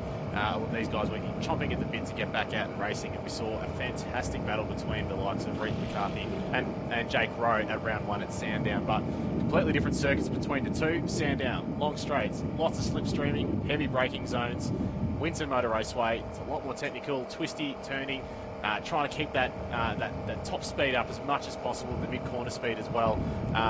But the New South Welshmen at the moment have it over the Victorians. They certainly do. And we should also give a shout out to the one or two New South Welshmen that haven't been able to make it down for this opening round for the National Series. A couple of them actually caught up in the floodplains with all of the terrible rain and flooding going on up there in New South Wales and the bottom end of Queensland. So we send you guys our best wishes and hope everything is well and that you're on the road to recovery up there, because it's one thing we have to put up with in this world sometimes, and especially in our country, is the natural disasters we have. And we certainly don't wish that upon anybody, let alone members of the racing community. But we hope you're all doing well up there. Hoping if you get a chance to tune in and watch the Blendline coverage of some place that you'd probably rather be at the moment, I think. Yes, but the weather conditions here are so unpredictable at the moment, as we saw with the Formula Ford race earlier. The unexpected rain out of nowhere completely threw that race into complete chaos, and it made for a fantastic prospect for the improved production cars that we saw just before mixing up the field as well. But it's looking like the track's dried nice and quickly. It must be said it's really quite warm when the sun comes out and the UV hits the circuit. There's probably a lot of people who have been caught out without sunscreen, especially a lot of Victorians who've not used to putting on sunscreen all the time, getting a little bit sunburnt today. But you can see the Formula Vees are starting to make their way out from the dummy grid, and it is an incredible field. Dare say 26 cars lining up for, 30 cars it might be. Yeah, 30 cars is the field, and to think that in for about 6 or so months' time, the National Challenge will be held here at Winton. Last year scheduled to be at Phillip Island, as you alluded to. It was the year that basically amounted to nothing.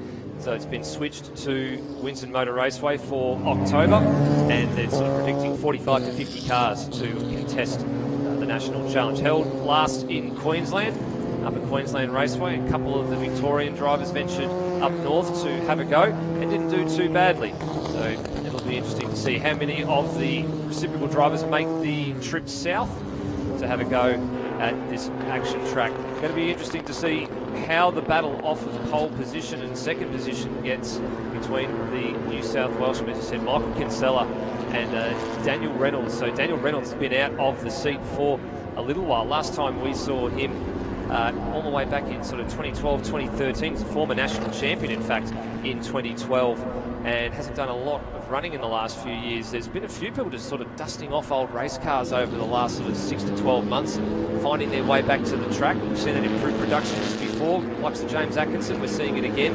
People such as Daniel Reynolds and a couple of others doing likewise. You don't know what you're missing until it's gone there, so when you're not allowed to go out, especially in Victoria, you can't go out and race cars. I have a lot of people very eager to get back out there and race it, but I mean, it is a huge effort and commitment from all of these guys, especially at state level motorsport, to get the cars ready. There's a lot of time, effort, and money that goes into preparing these race cars in the sheds. Not to mention loading them up into the trailer, getting them out to the race circuit. 9 times out of 10 you have to take some leave as well, organise the family, get the babysitters. There's so many considerations to take that these drivers take into consideration to come out and put on a brilliant show for us, especially on the Blendline TV stream. Fabulous having these guys along this weekend for the second round, and of course they had their hands full dealing with the city-based operation. They had their hands full dealing with the floods and the heavy rains up in Sydney as well. So through all of that turmoil and tricky conditions, they've come down and done a fantastic job. But 7 laps of Formula V action coming up. They're just about to get on the grid, Stevens. Absolutely about to grid up here. So looks like the racing has just been cut short. It was scheduled for 9 laps, and now down to 7. And speaking of turmoil, we should give also a shout out to the fireys and the marshals and the ambulance services as well, who actually were on the scene in qualifying for a very, very nasty accident for Brett Bird in qualifying down at turn 11. Actually, the car flipped onto its roof, which I think did a barrel roll and flipped onto its roof as well after some contact. So he's not taking part in this race today. I doubt he'll be taking part for the rest of the weekend, but good to see him up and about. He is still with us, and just, I'm sure, a keen observer to what's going on for this race. So hats off to the marshals and the medical services for everything they did to get Brett extracted from that car in qualifying, but it did upset the grid order a little bit. There are a couple of drivers out of position, in the mid-pack and toward the rear of the field that we're going to be looking to see if they can make their way through. So it looks like we are almost ready to get the race underway. Fantastic vantage point here in the central commentary box to see the red light being shown to the drivers. And they are underway. A nice steady start from the front row, and it looks like the number 35 car of Kinsella has the inside line as they come into turn one, and he will take the lead. But I dare say that will not be the first lead change, or the last lead change, I should say, for this race. No, certainly won't. And all falling into line pretty quickly. Reynolds and Lee, followed by Heath Collinson, top four.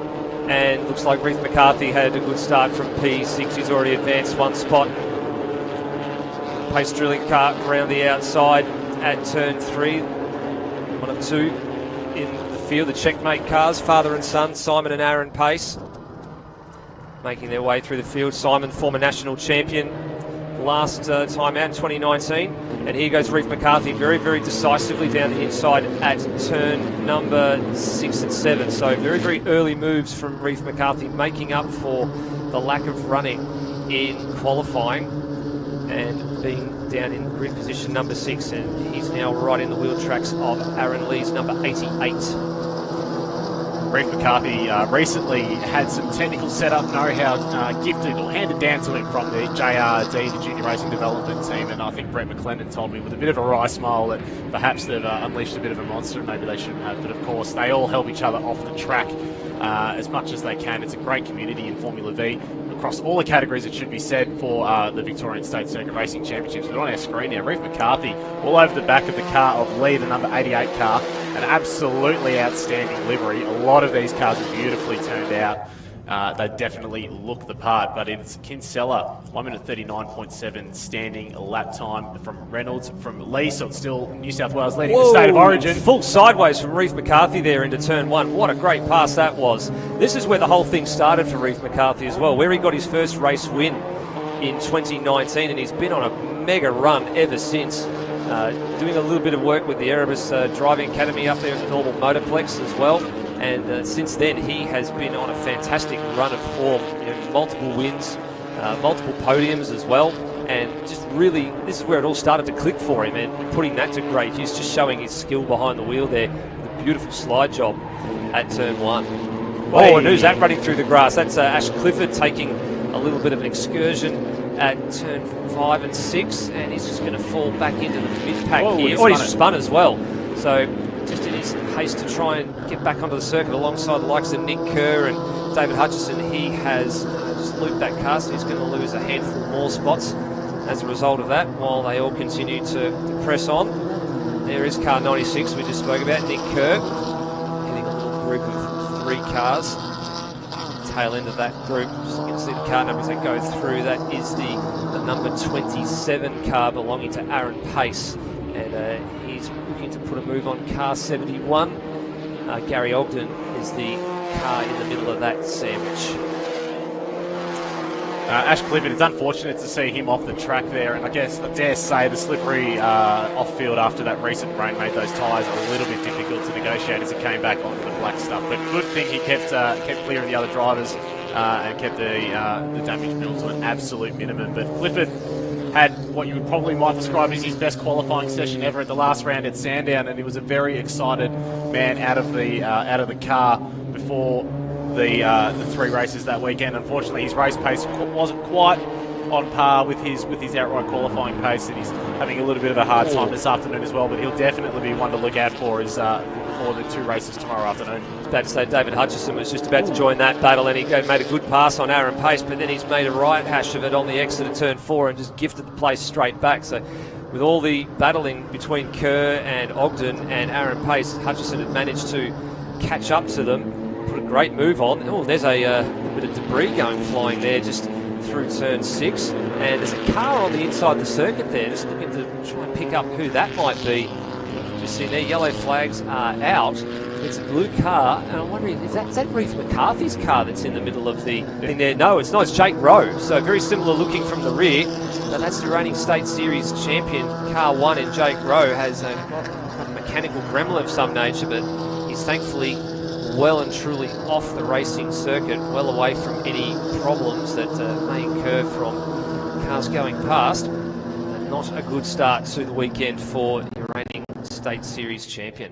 We've still got local yellows down at that corner, which is a key overtaking area as well. You often see the drivers darting out at the last second, under brakes up the inside going through there. So be keeping an eye on there to see if they do clear that yellow flag. But the battle is on at the head of the field. We've still got Kinsella defending well from Reynolds in P2. So it's on between these two guys. Reynolds in the orange Sabre 02, the number 78 car, as they come around turn 5. The long sweeping left-hander here at Winton. Absolutely brilliant job between those two, but they have skipped away a little bit from the car of Reef McCarthy, but he'll be wishing them onto battle as much as they can to allow him to stream onto the back. Obviously the slipstream effect isn't quite as effective here as some of the tracks like Sandown or perhaps Phillip Island, but it's still definitely something to take into consideration, as is evidenced by the front two drivers. Yeah, back-to-back fastest laps for Daniel Reynolds as well. The car that he leased out to April Welsh in the 2019 campaign, it's back in his hands and applying the blowtorch very, very comprehensively to the rear of Michael Kinsella, who was a class of the field last time the National Formula Vee drivers joined Victorian State Circuit Racing Championships. It was back at Sandown, round 4 in 2019, which was the third round of their campaign. And very much giving a lot of input on the wheel there. You could just see drivers' hands just coming up over the wheel. You can hear the tyres protesting as they negotiate turn 12. He's really got a handful here, stepping out under brakes as well through turn 1 and 2. Just look at the way that the wheel work, how hard Michael Kinsella is having to work to keep Daniel Reynolds at bay here. Just the attitude of the car going through some of the corners. Reynolds' car seemed very planted, very, very stable. A little bit of rear end slide from Michael Kinsella. He's having to work extremely hard at the moment. They are not powerful vehicles. They do have around about 60, 66 horsepower, I think. Some of the quotable figures up and down the paddock. They also run a timing belt as loose as they possibly can without it falling off, in the desperate search for as much horsepower as possible. So it's all about maintaining that mid-corner speed, keeping the drivers on the edge of their feet as they skip through the corners. But Reef McCarthy's definitely ranged onto the leading pack, so it's going to become a three-way battle for the lead, and it's good to see some Victorian stars up there in the what you might call a state of origin battle. It is a sort of a state of origin battle, isn't it? The Victorians do outnumber the other competitors, I guess, if you're talking about comparing state to state. And a couple of the drivers that were at the back of the field to start, we're just seeing there Rob Vile before he started to make his way forward, having sort of qualified out of position, not being able to get some clean laps in that disrupted qualifying session this morning. A little bit of inside curb use for Michael Kinsella at the final corner, and Reef McCarthy has very much joined this battle now. He took 0.2 of a second out on the previous lap, and that is very, very reduced now. Going to be down to about, I think, half a second between McCarthy and the race lead. So this will be a very, very tasty little battle in the next lap or two. I don't want to say the R word. I think that might be right. Yeah, it's a dirty four-lettered word, that R word. So let's not mention it. Let's hope we can get the race completed before any more does hit. Last time we did notice that the rain was coming down. The wind picked up appreciably here. We've got the flags opposite the commentary box, and just a gentle breeze coming out of the northwest at the moment. But when the rain did come down, the breeze did pick up appreciably. Reef McCarthy, new fastest lap under 1 minute 34. And here we go. Here's the battle for the race lead now. Reynolds throws it down the inside at 7. And is now going to try and hang tough around the outside at 8, but no room for him on that particular occasion. And McCarthy now very much making this a very close train of cars for the battle on the podium spots. Still plenty of time to run, so you've got the opportunity to pick where you want to brake, pick your battles, size up when you want to make your move, because that's what all Formula Vee racing is about. Thinking several corners ahead, several laps ahead. Have a chance to size up your opponent. Where are you stronger than him? You're stronger under brakes. You're stronger under acceleration. Can you gain on them through the mid-corner speed? So many different cars and so many different chassis and different ways that you can make your lap time. And what McCarthy's doing now is just getting a nice little toe. It's not very powerful here at Winton, but if you get a good run off the corner, you can make it stick. But as you think about the inside move at turn 1, thought about it, didn't pull it off, thought about better of it, pull back into line.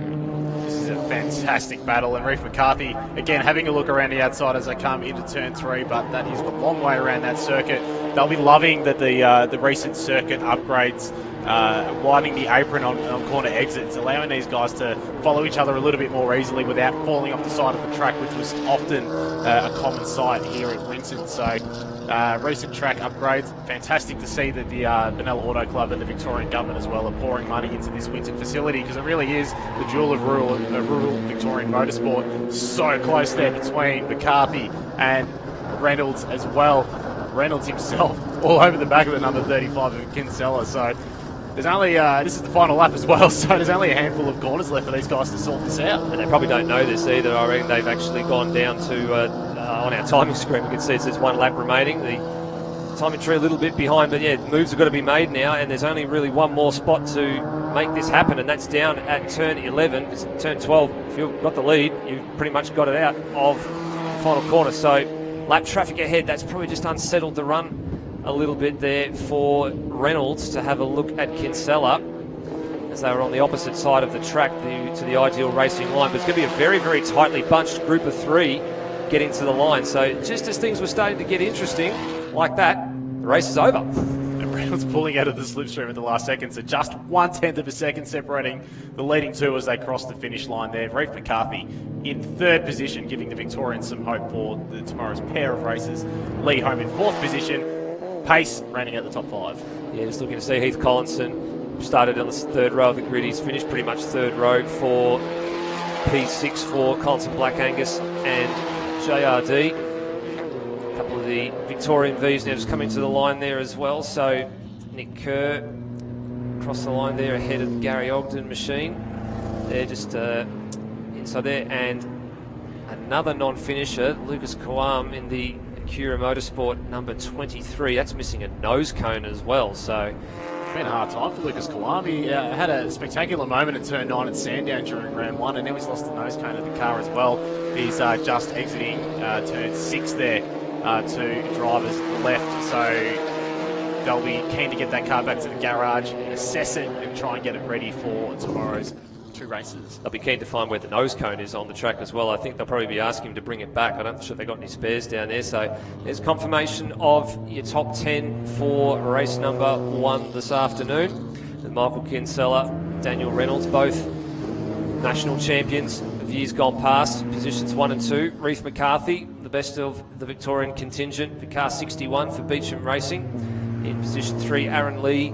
Simon Pace, who's the defending National Series champion in car 50, in position 5. Heath Collinson. Wade McLean from Tasmania in position 7. He was the car that was also involved in the incident with Brett Burden in qualifying this morning. Darren Williams with a good run. Gary Ogden in position 9, and Aaron Pace, second of the checkmate cars, in position 10. Fastest lap, Reef McCarthy, 1 minute 33.89. So not ultimately the same sort of pace that we see of years gone past, but they have also got a different tyre to work with in the Dunlops for the last year and a half now. And I guess the times will probably improve a little bit tomorrow as the track sort of starts to rubber up, and hopefully, fingers crossed, none of that dirty 4-lettered word. So that was race 1 of the Formula Vee here at round 2 of the Victorian State Circuit Racing Championships. So a big thank you to Stephen DeVries for all of his commentary skills and prowess for the improved production in Formula V's. We've got 2 races coming up for the Formula V's tomorrow morning. We've got their first race, which is a 9-lap affair at 11 a.m, followed by a 10-lap feature race coming up at 3:30 in the afternoon. But coming up next is the Sports Sedans for their opening race of the weekend. We'll have Darren Smith back in the commentary tower, who has given his tonsils a well-earned break. We'll take a quick break up here in Central Commentary.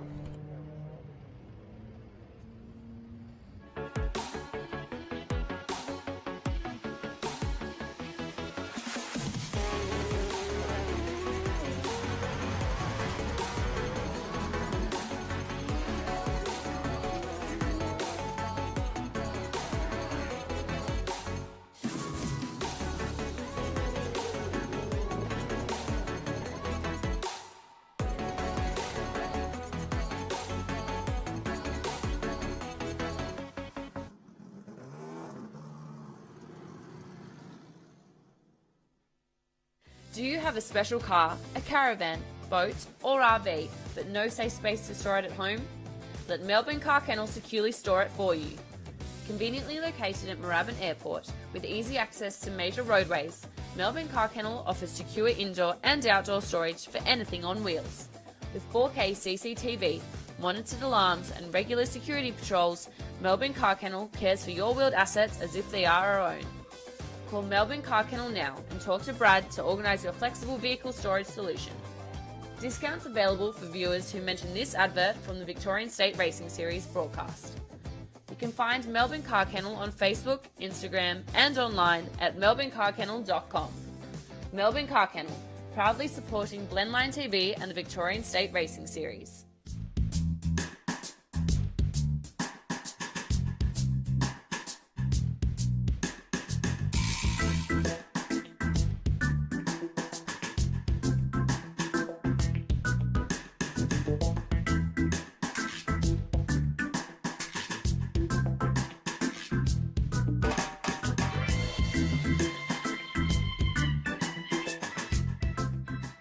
Kia open season is on with the value-packed Serato Sport with 17-inch alloy wheels, AEB safety, parking sensors and more from just $24,490 drive away. Kia, movement that inspires.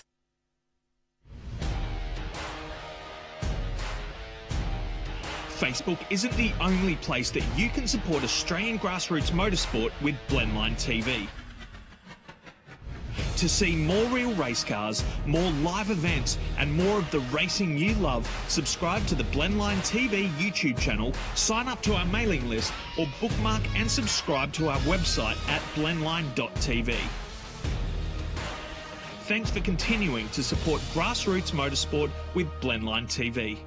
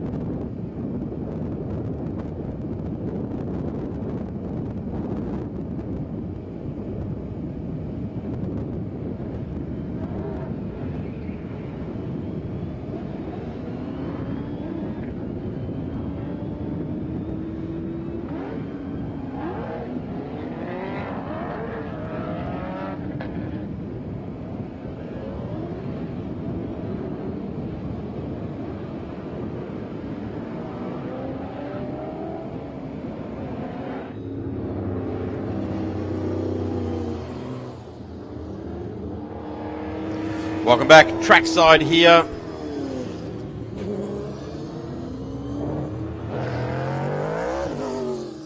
Here at Winton Motor Raceway. Got the big bangers, the gods of thunder of Australian motorsport rolling out on track as we speak. A compact field of sports sedans out there at the moment, and as we watch the cars come around, Tony Groves in his marked car, the Mazda 3, leads the field in car number 80. Great to see Tony Groves in sports sedans. Of course, ran improved production in the Extreme Rotaries RX-7 for quite some time. He's found a happy home with the marked car, doing a little bit of sports car type racing, which that is eligible for across multiple different categories. And Tony, a very good steerer out of Mornington Mazda. Looking for a Mazda, head down and see Tony at Mornington Mazda. He is on pole next to Ian Cowley, state champion in that sports sedan, an ex-Perkins Bathurst car. And it is like anything Perkins, it is always for sale for the right buyer. Kevin Stoopman put his car on P3. You'd have to say he took full advantage of the wet qualifying session. The Evo out there on track, Evo 7 is what he has got there, and he is in third place.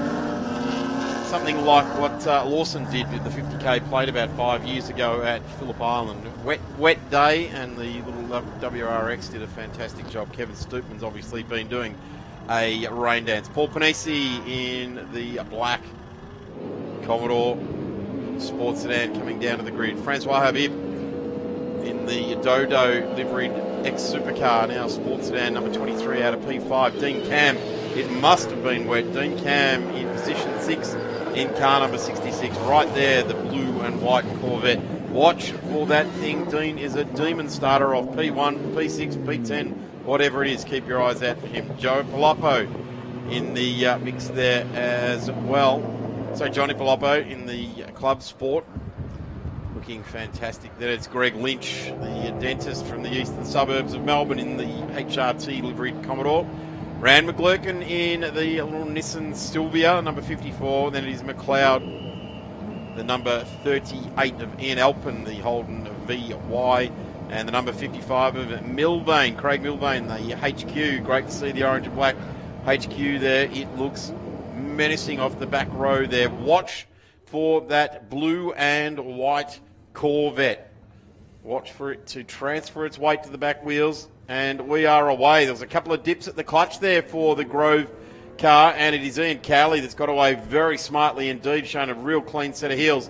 Under brakes, it is Tony Groves, looks to have a big go at it as well. Panisi, he's got Stoopman in there. There's Cam. Dean hasn't really taken full advantage of the grip that he had off the start there as he starts to range up beside Stoopman now.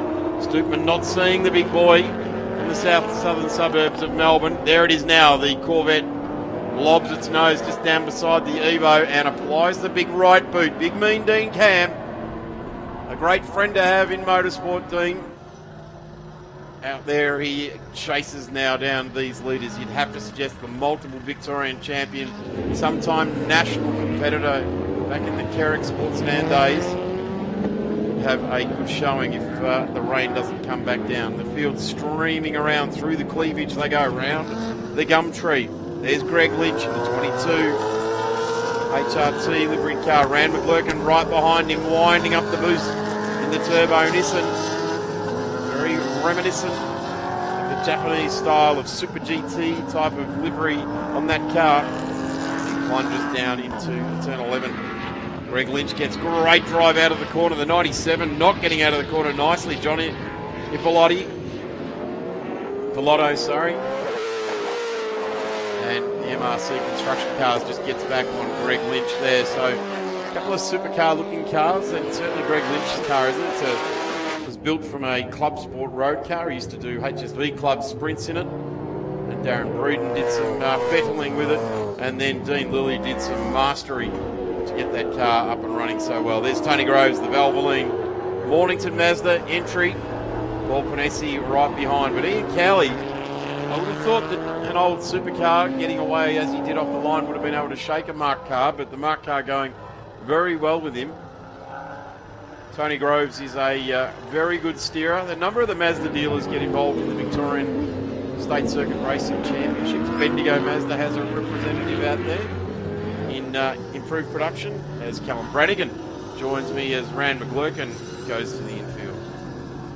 Thank you for having me along, Darren. It's always a pleasure to join you, especially when it's for sports sedan racing, and it's great to hear the absolute scream of that Cowley Security Commodore as they come out towards turn 10. But Tony Groves has that thing absolutely wriggling as they exit in the Valvoline Mornington Mason number 80. Very deep under brakes as he takes the lead. That was an emphatic move up the inside, but he's vulnerable as they come into the final, turn 12. But he shuts the door on Cowley, who has his hands full with the struggling to get the traction down in the Cowley Securities Commodore. He's now falling back into the clutches of Paul Panizzi.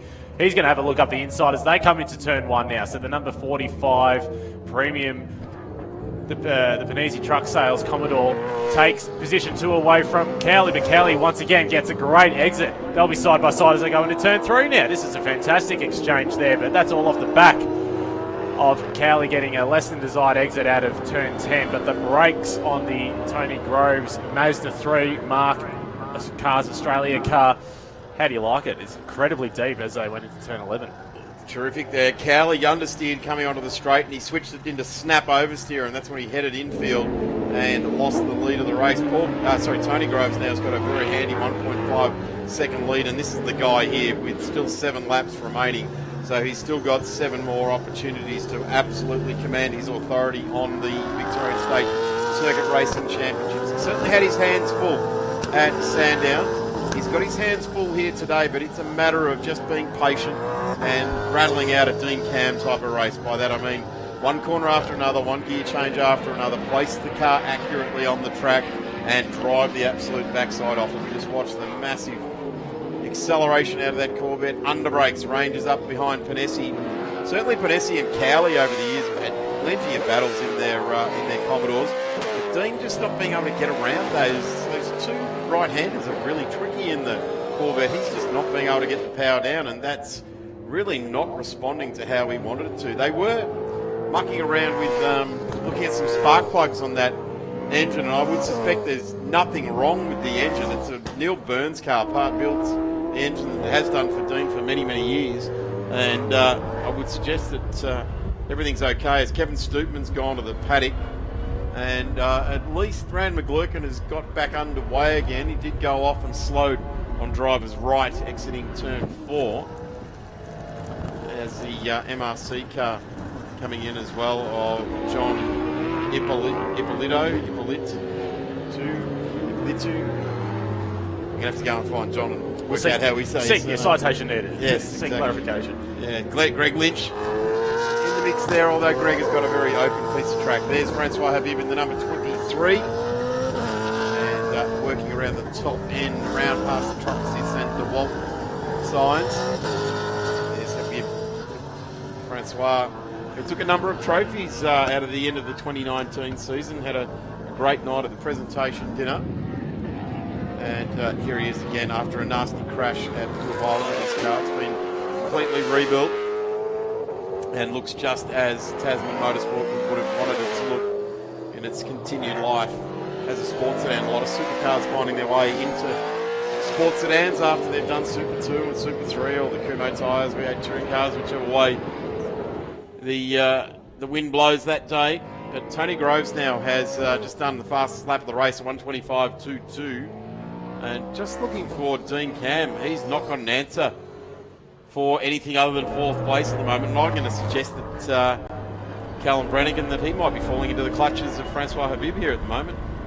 Habib is a very experienced hand racing that Dodo liveried car, the number 23 Commodore. But the Dean Cam Corvette, it's not suited to these tight, technical, twisty circuits. It's a huge amount of horsepower, massive aero, big tyres. So obviously the car is very fast around here, but it's not what you would call, you'd probably say it's a lot more suited to, say, the big circuits like Phillip Island and Sandown. And that's where you really see, especially in Sandown, I should say, that's really where you see the car of Cam come to life and be at its absolute competitive maximum. But at the moment, you dare say, he's a little bit off the pace at the moment. His best lap was a 1 minute 27.6, which is about 2 seconds per lap off the pace of Tony Groves at the head of the field. Of course, Tony Groves' car is a lot newer, a lot younger than the Cam Camaro, so a lot more sort of technical know-how, and just natural development over that amount of time. I'd actually go so far as to say it's the Groves car, probably the newer of the cars out on track at the moment, and it's probably 8 or 9 years old already, but certainly it's been that long. That's a long time to go in such a short amount of time as well. Yeah.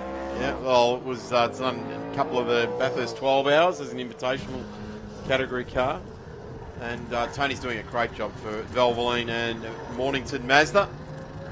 There he is there, the number 80. If you're looking for a Mazda, head down to Mornington Mazda.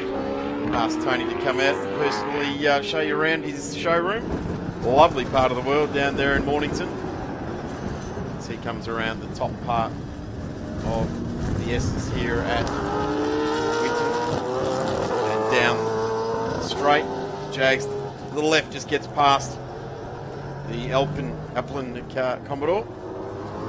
And Cowley is closer again now. It's down to 1.4 seconds. So Ian Cowley has just done, he was fastest car on the track last lap around, 125.54, and Tony Groves 125.55, so it's only thousandths of a second in it.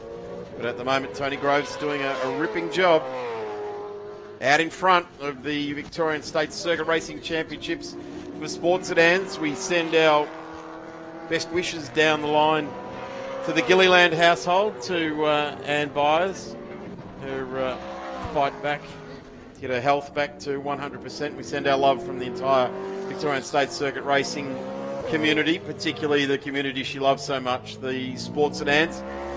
Yes, Anne, we're having a great time here at Winton. Wish you were here. Absolutely, and the amount of work she puts in behind the scenes, whether it's organising the third, it was traditionally the third round of the State Series, but now the fourth round of the State Series, with perhaps the best catered for event in Australian motorsport, the hot dog round or the hot soup round, depending on what your proclivity is towards which either of those two foods. But of course, the amount of effort she also put into the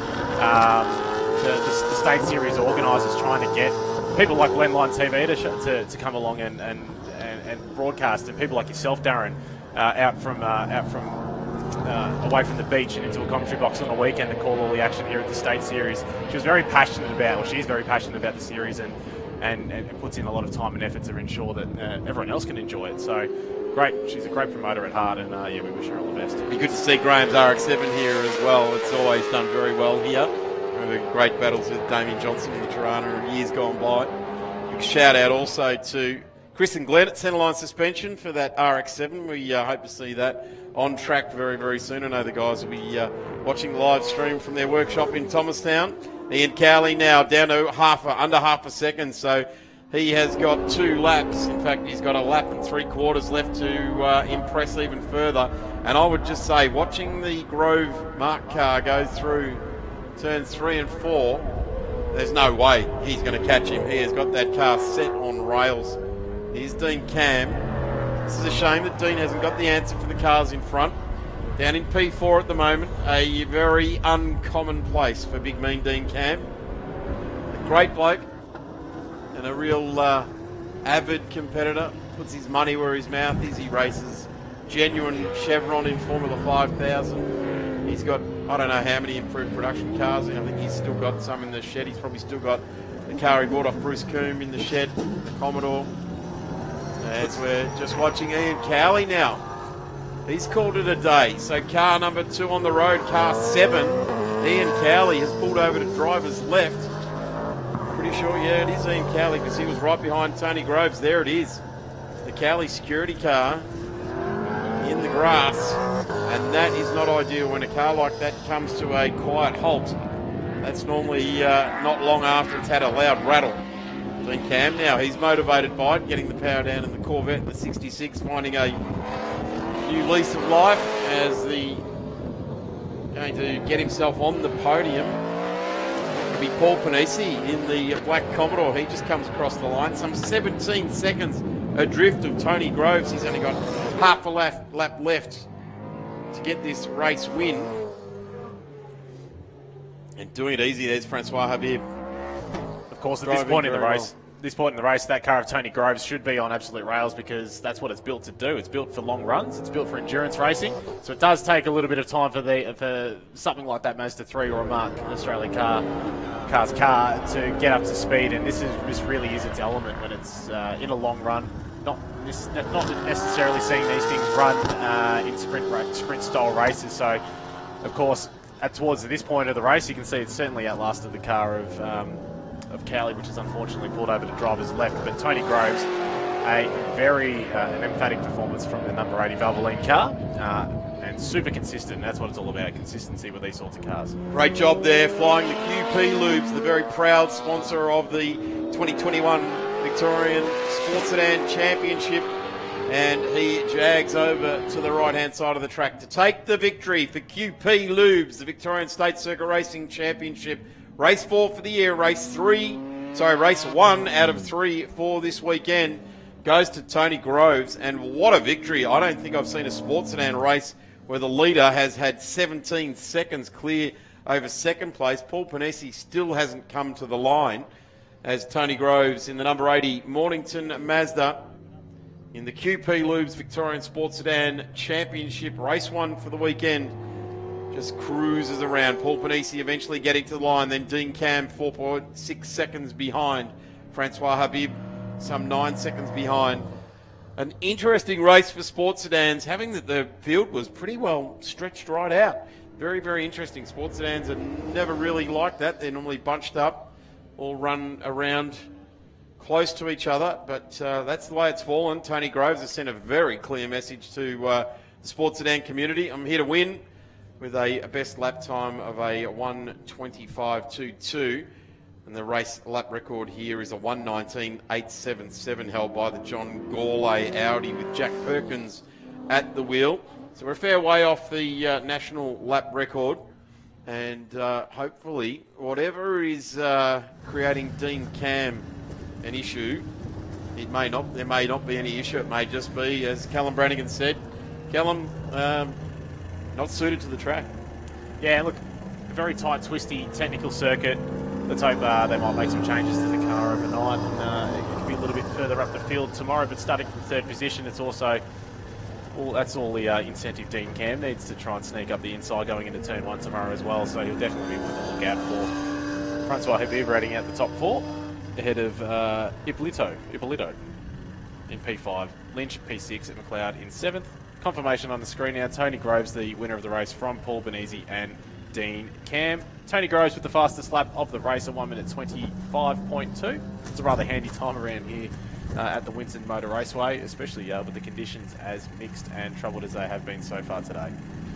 Great result there. The dentist Greg Lynch into 6, Ben McLeod, Rand McGlurkin, who had a trouble mid-race, Ian Applin and Ian Cowley, who didn't finish the race, so that will change. He's still stranded on the side of the track there. So great to see the sports sedans out on track, and we will have more from the big bangers of Australian motorsport for 2 more races tomorrow, and that will be at 11:25 and again at 4:20.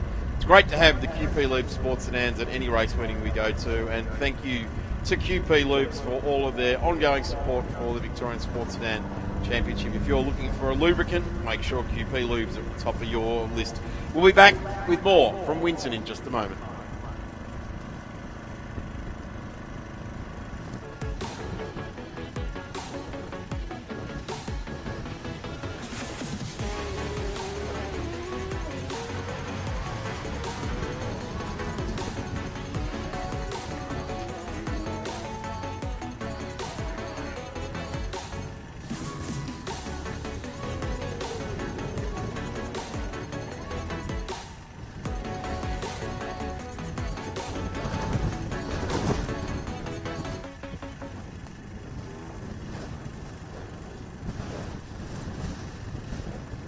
Do you have a special car, a caravan, boat or RV, but no safe space to store it at home? Let Melbourne Car Kennel securely store it for you. Conveniently located at Moorabbin Airport, with easy access to major roadways, Melbourne Car Kennel offers secure indoor and outdoor storage for anything on wheels. With 4K CCTV, monitored alarms and regular security patrols, Melbourne Car Kennel cares for your wheeled assets as if they are our own. Call Melbourne Car Kennel now and talk to Brad to organise your flexible vehicle storage solution. Discounts available for viewers who mention this advert from the Victorian State Racing Series broadcast. You can find Melbourne Car Kennel on Facebook, Instagram and online at melbournecarkennel.com. Melbourne Car Kennel, proudly supporting Blendline TV and the Victorian State Racing Series.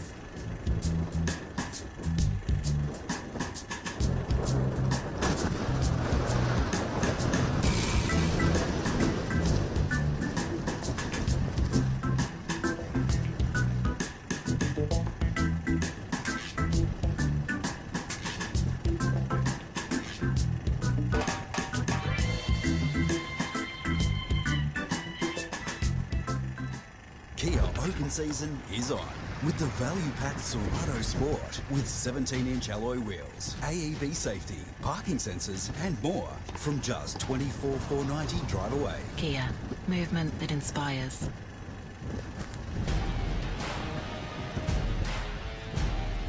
Facebook isn't the only place that you can support Australian grassroots motorsport with Blendline TV.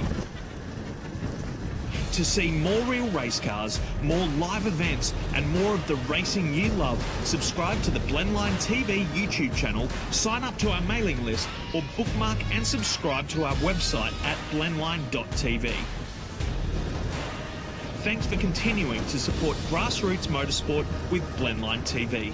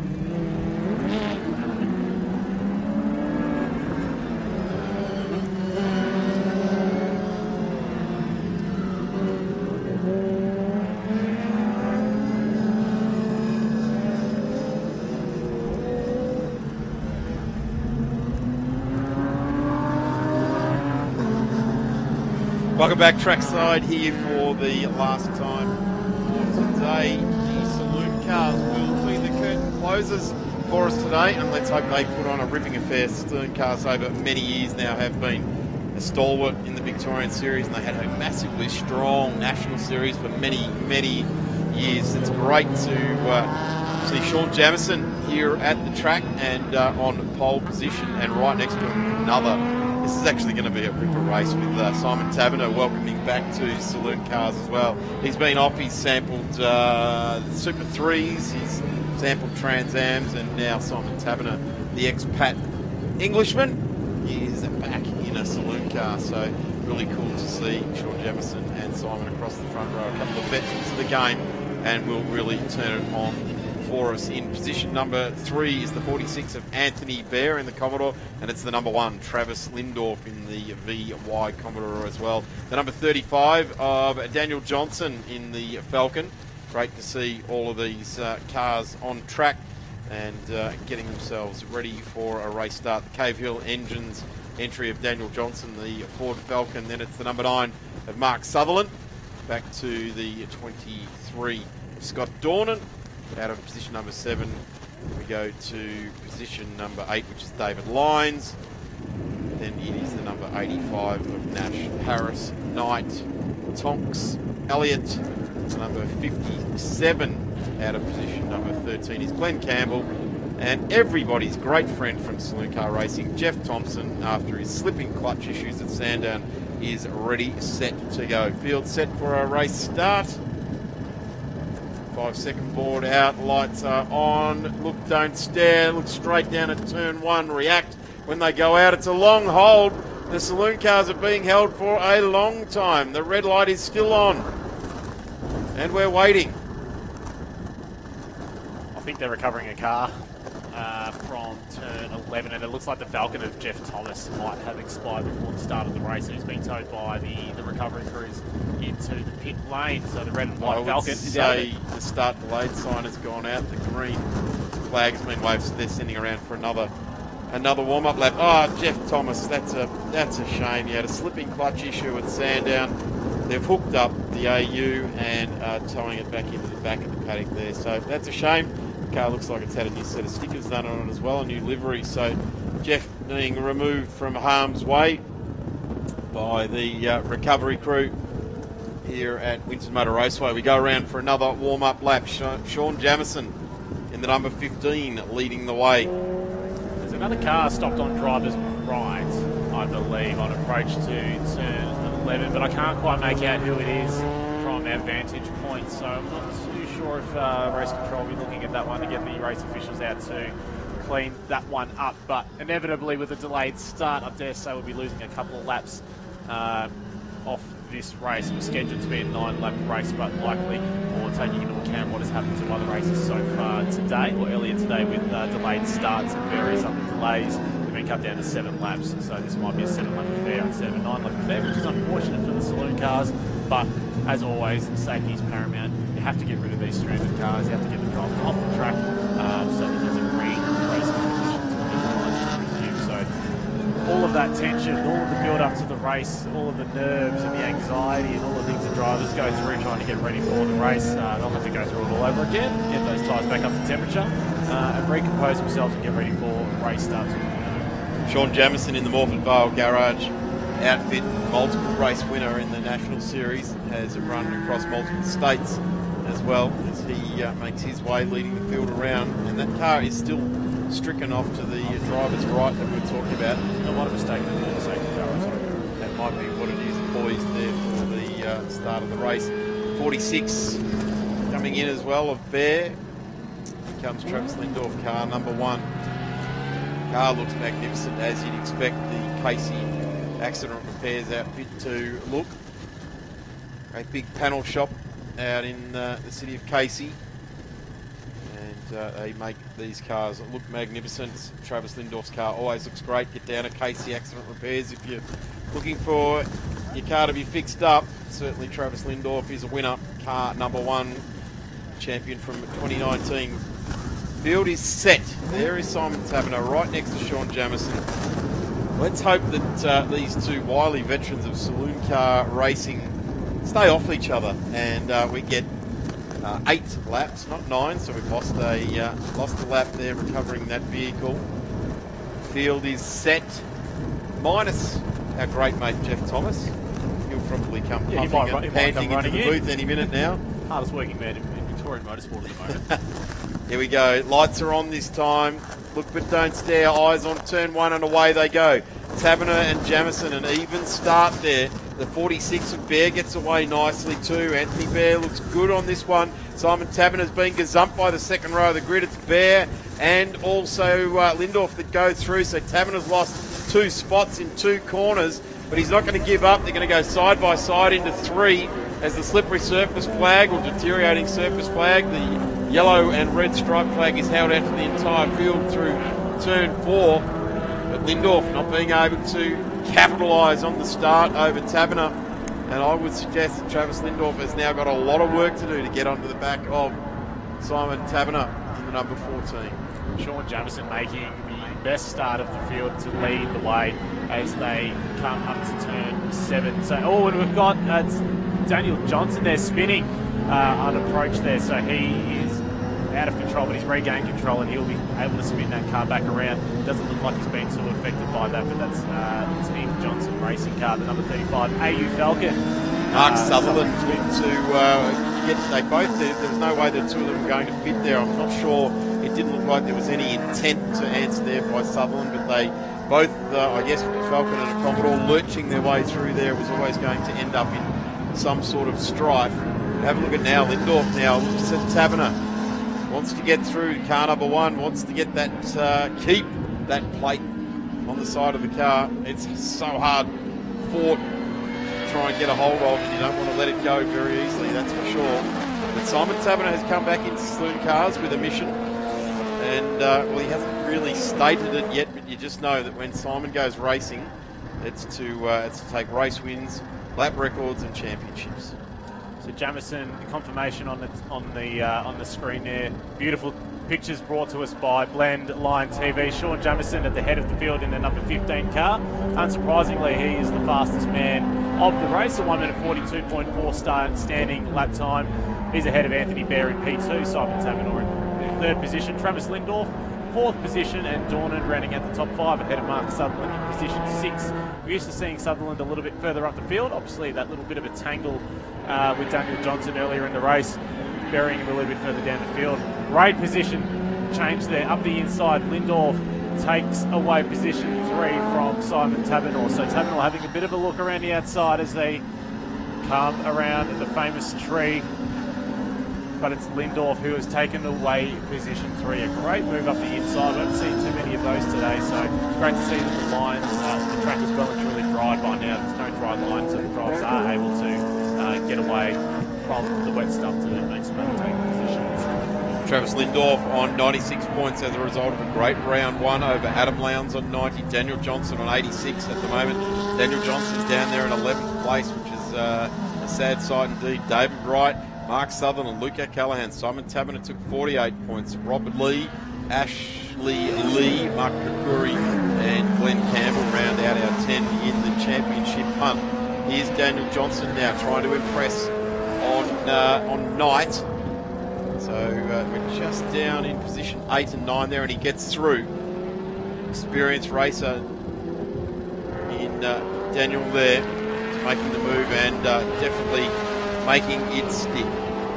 Club president as well, so it's great to see him on the recovery drive. And yeah, Campbell and Knight and Elliott, they really just don't have much of an answer for that Daniel Johnson's pace, because he is one of the front runners and has had a little bit more time behind the wheel, I dare say, than some of his rivals. So great for all the onlookers to see Johnson charging his way back through the field. His next victim will be Nash Harris, so we'll be keeping an eye on that battle. He's got the older VN model to catch up with Nash Harris.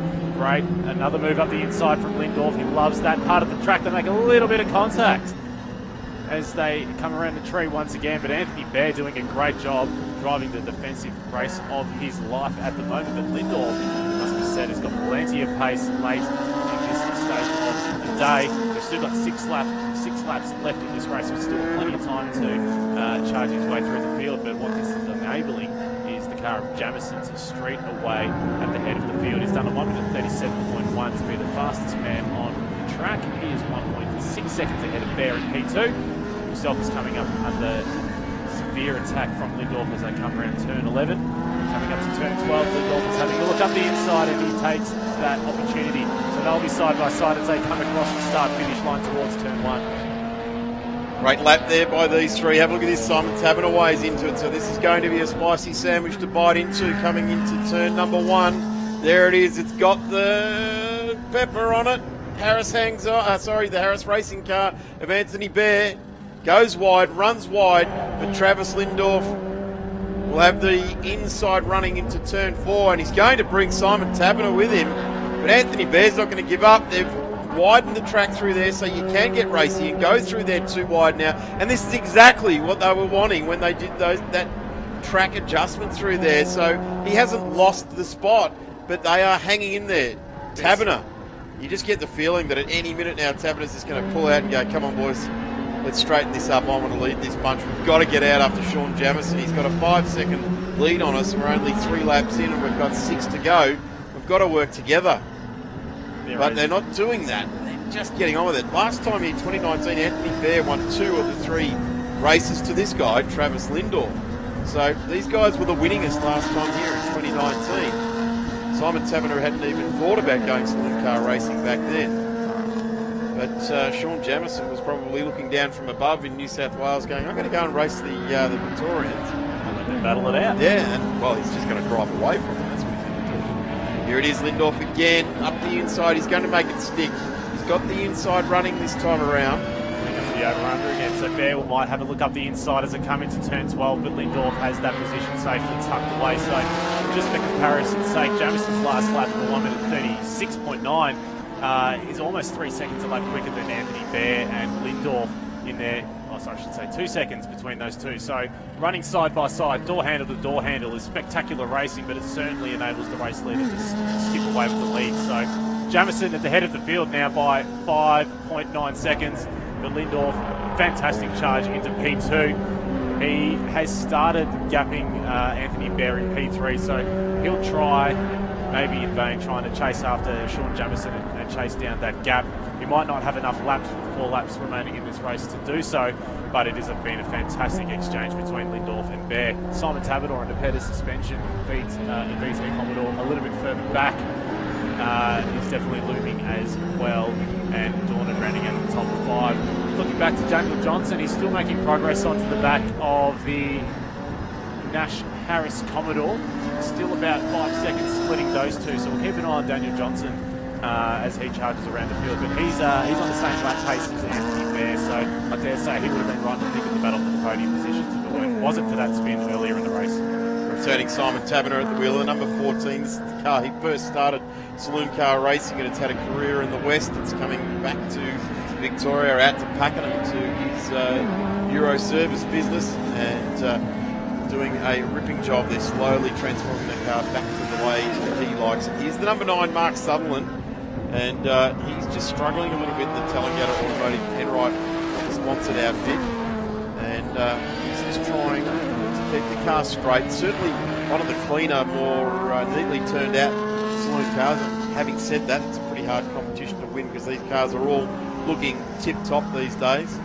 All getting presented very nicely indeed. Sean Jamieson has got a behemoth of a lead for a saloon car race with 3 laps remaining. Just want to tuck the bat under the arm and walk towards the boundary about now and say thank you very much. Don't want to do too much about it. Here's a guy with a completely different mission ahead of him. Daniel Johnson in the 35 AU Falcon, currently sitting in position number 8. And he's still trying to get back through the field. Started out of the 3rd row of the grid. Daniel, car looks immaculate. Really, again, another one that's really well turned out. Team Johnson Racing outfit as Sean Jamieson set the fastest lap of the race last time round. Number 35 just coming around to the far part of the track, around the Penrite sign event corner. A bit of understeer in the Falcon, which is inherent, and then just nicely looping the car right, looping left, and then trying as much as you can to carry the speed you get out of the little short chute, and then carry it around through this corner, always up on the ripple strip, just trying to carry that extra bit of speed. And that famous, it's almost like a BMX burn coming out of that corner, quite a high ripple strip, it always has. It's the number 85 now of Harris. Nash Harris and the Spray Foam Solutions Holden VN Commodore. Goods, looks like a bit of indigenous livery on the side of that one. We go back to Travis Lindorff. It's good to see the old model VN Commodore out there and running as well, but Nash Harris is a bit of an old hand in Victorian saloon car racing, but that car perhaps probably just isn't on the same page as Daniel Johnson's car from a technical standpoint. Daniel Johnson's poured a lot of time and effort into developing that car and bringing it up to the standard that it is now. So Nash Harris doing a great job in the top 7, but 1 minute 40.5 is about 2.2 seconds lap slower than the car of Daniel Johnson. So it's only a matter of time before that familiar yellow Falcon is all over the back of the VN Commodore as they come up to the turn 5 sweeper. And it's great television pictures on Blendline as well. It actually shows how animated these cars are through the turns, especially the through, as he has his hands full trying to tame big, heavy Commodore. They've got all the power in the world, relatively low amount of power for a race car, but they are certainly quite heavy and they're quite under-tired as well, I guess you dare say. So it's all relative to how much power your competitors have got around you, and they've all got thereabouts the same, given about maybe 3, 4 or 5 kilowatts of difference, and that's probably the difference between the front of the field and back of the field. As we're just watching Johnson now, he's starting to come up onto the back of Harris, the VN. But it's interesting, we'll go to Phillip Island, and instantly the Falcons will be fast again. They managed to be very quick at Phillip Island. It's been the way ever since Saloon Cars has come about. But the last iteration of the Commodores, the VYs that have been allowed into this series, have certainly been a great turn up for those that have raced in the Commodores. They've been had a happy winning way for a number of years now, and we've still got X, Y, and Z, or VE, VF still to go. So there's still many years of Falcons and Commodores that can be allowed into the system as we watch the Sedan Hotel Morford Vale Garage outfit coming around. This is Sean Jamieson on his final lap for race 1 of this weekend. Not scoring any points in, not even scaring any either, in the first round at Sandown. Let's hope we can scare some points up onto the leaderboard this weekend. Saloon Cars, certainly Travis Lindorff leading the way over Lowndes, Johnson, Wright, Sutherland, Callan, Taverner, Knight, Lee and Kaguri in the top 10. But Sean Jamieson now looking set. Car looks great, really well turned out, polished up, nice and clean. New signs on it, and there is the checkered flag and victory to Sean Jamieson for the first race for the weekend for the Saloon Cars, and he's done it easy too. Next car across the line is Travis Lindorff, 5 seconds behind, 7 seconds to Anthony Baer, then 11 Simon Taverner. Simon Taverner's got a good car under him though. He's done the fastest lap of the race on the last lap, and as has Travis Lindorff, in fact done the fastest lap of the race on the last lap there. So there's some telling tales for the rest of the field. Little bits of information, little bits of input that you can go, right, well we know Travis is going to be on lap record pace, or fastest lap of the race at the end of this race. Having said that, Anthony Baer holds the lap record and we're quite a way off that. A 135.87 is the lap record, a 136.62, so 0.8 of a second or thereabouts off the lap record for these cars. And you would have to suggest ideal conditions. It's not exactly hot out there. There is sun on the track, so it's getting some heat into it. But the control tyres on the Saloon Cars are working very, very well indeed.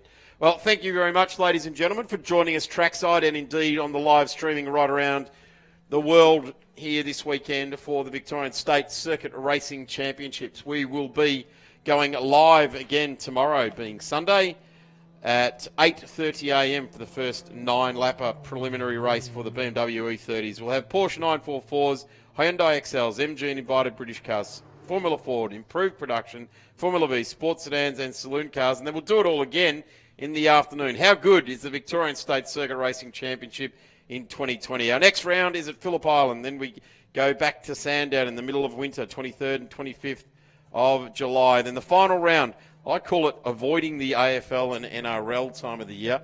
Get down to Phillip Island, 25 and 26 of September. Block out all the ball games and go motor racing. I'm Darren Smith. We thank Callum Brannigan and Steve DeVries and Mollenhagen for his contribution during the E30s as well. Have a great night, everybody, and we'll see you at nice, bright and early on Blendline TV and indeed Trackside tomorrow.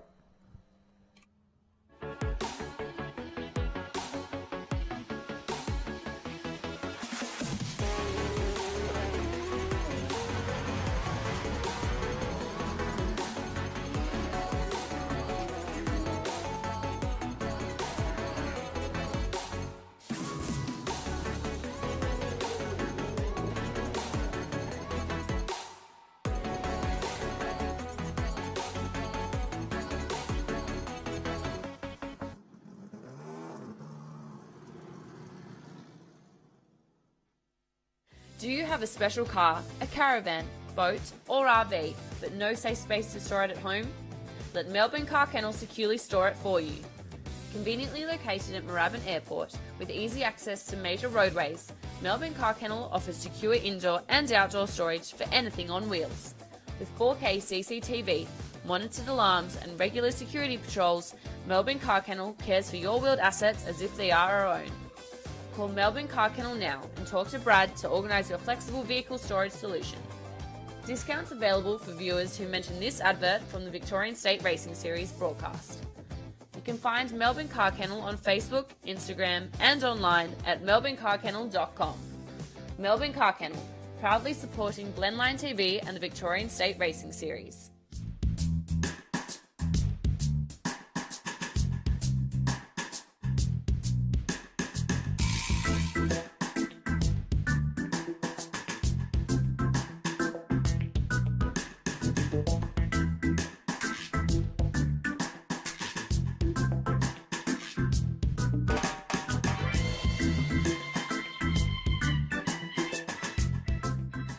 Kia open season is on with the value-packed Serato Sport with 17-inch alloy wheels, AEB safety, parking sensors and more from just $24,490 drive away. Kia, movement that inspires.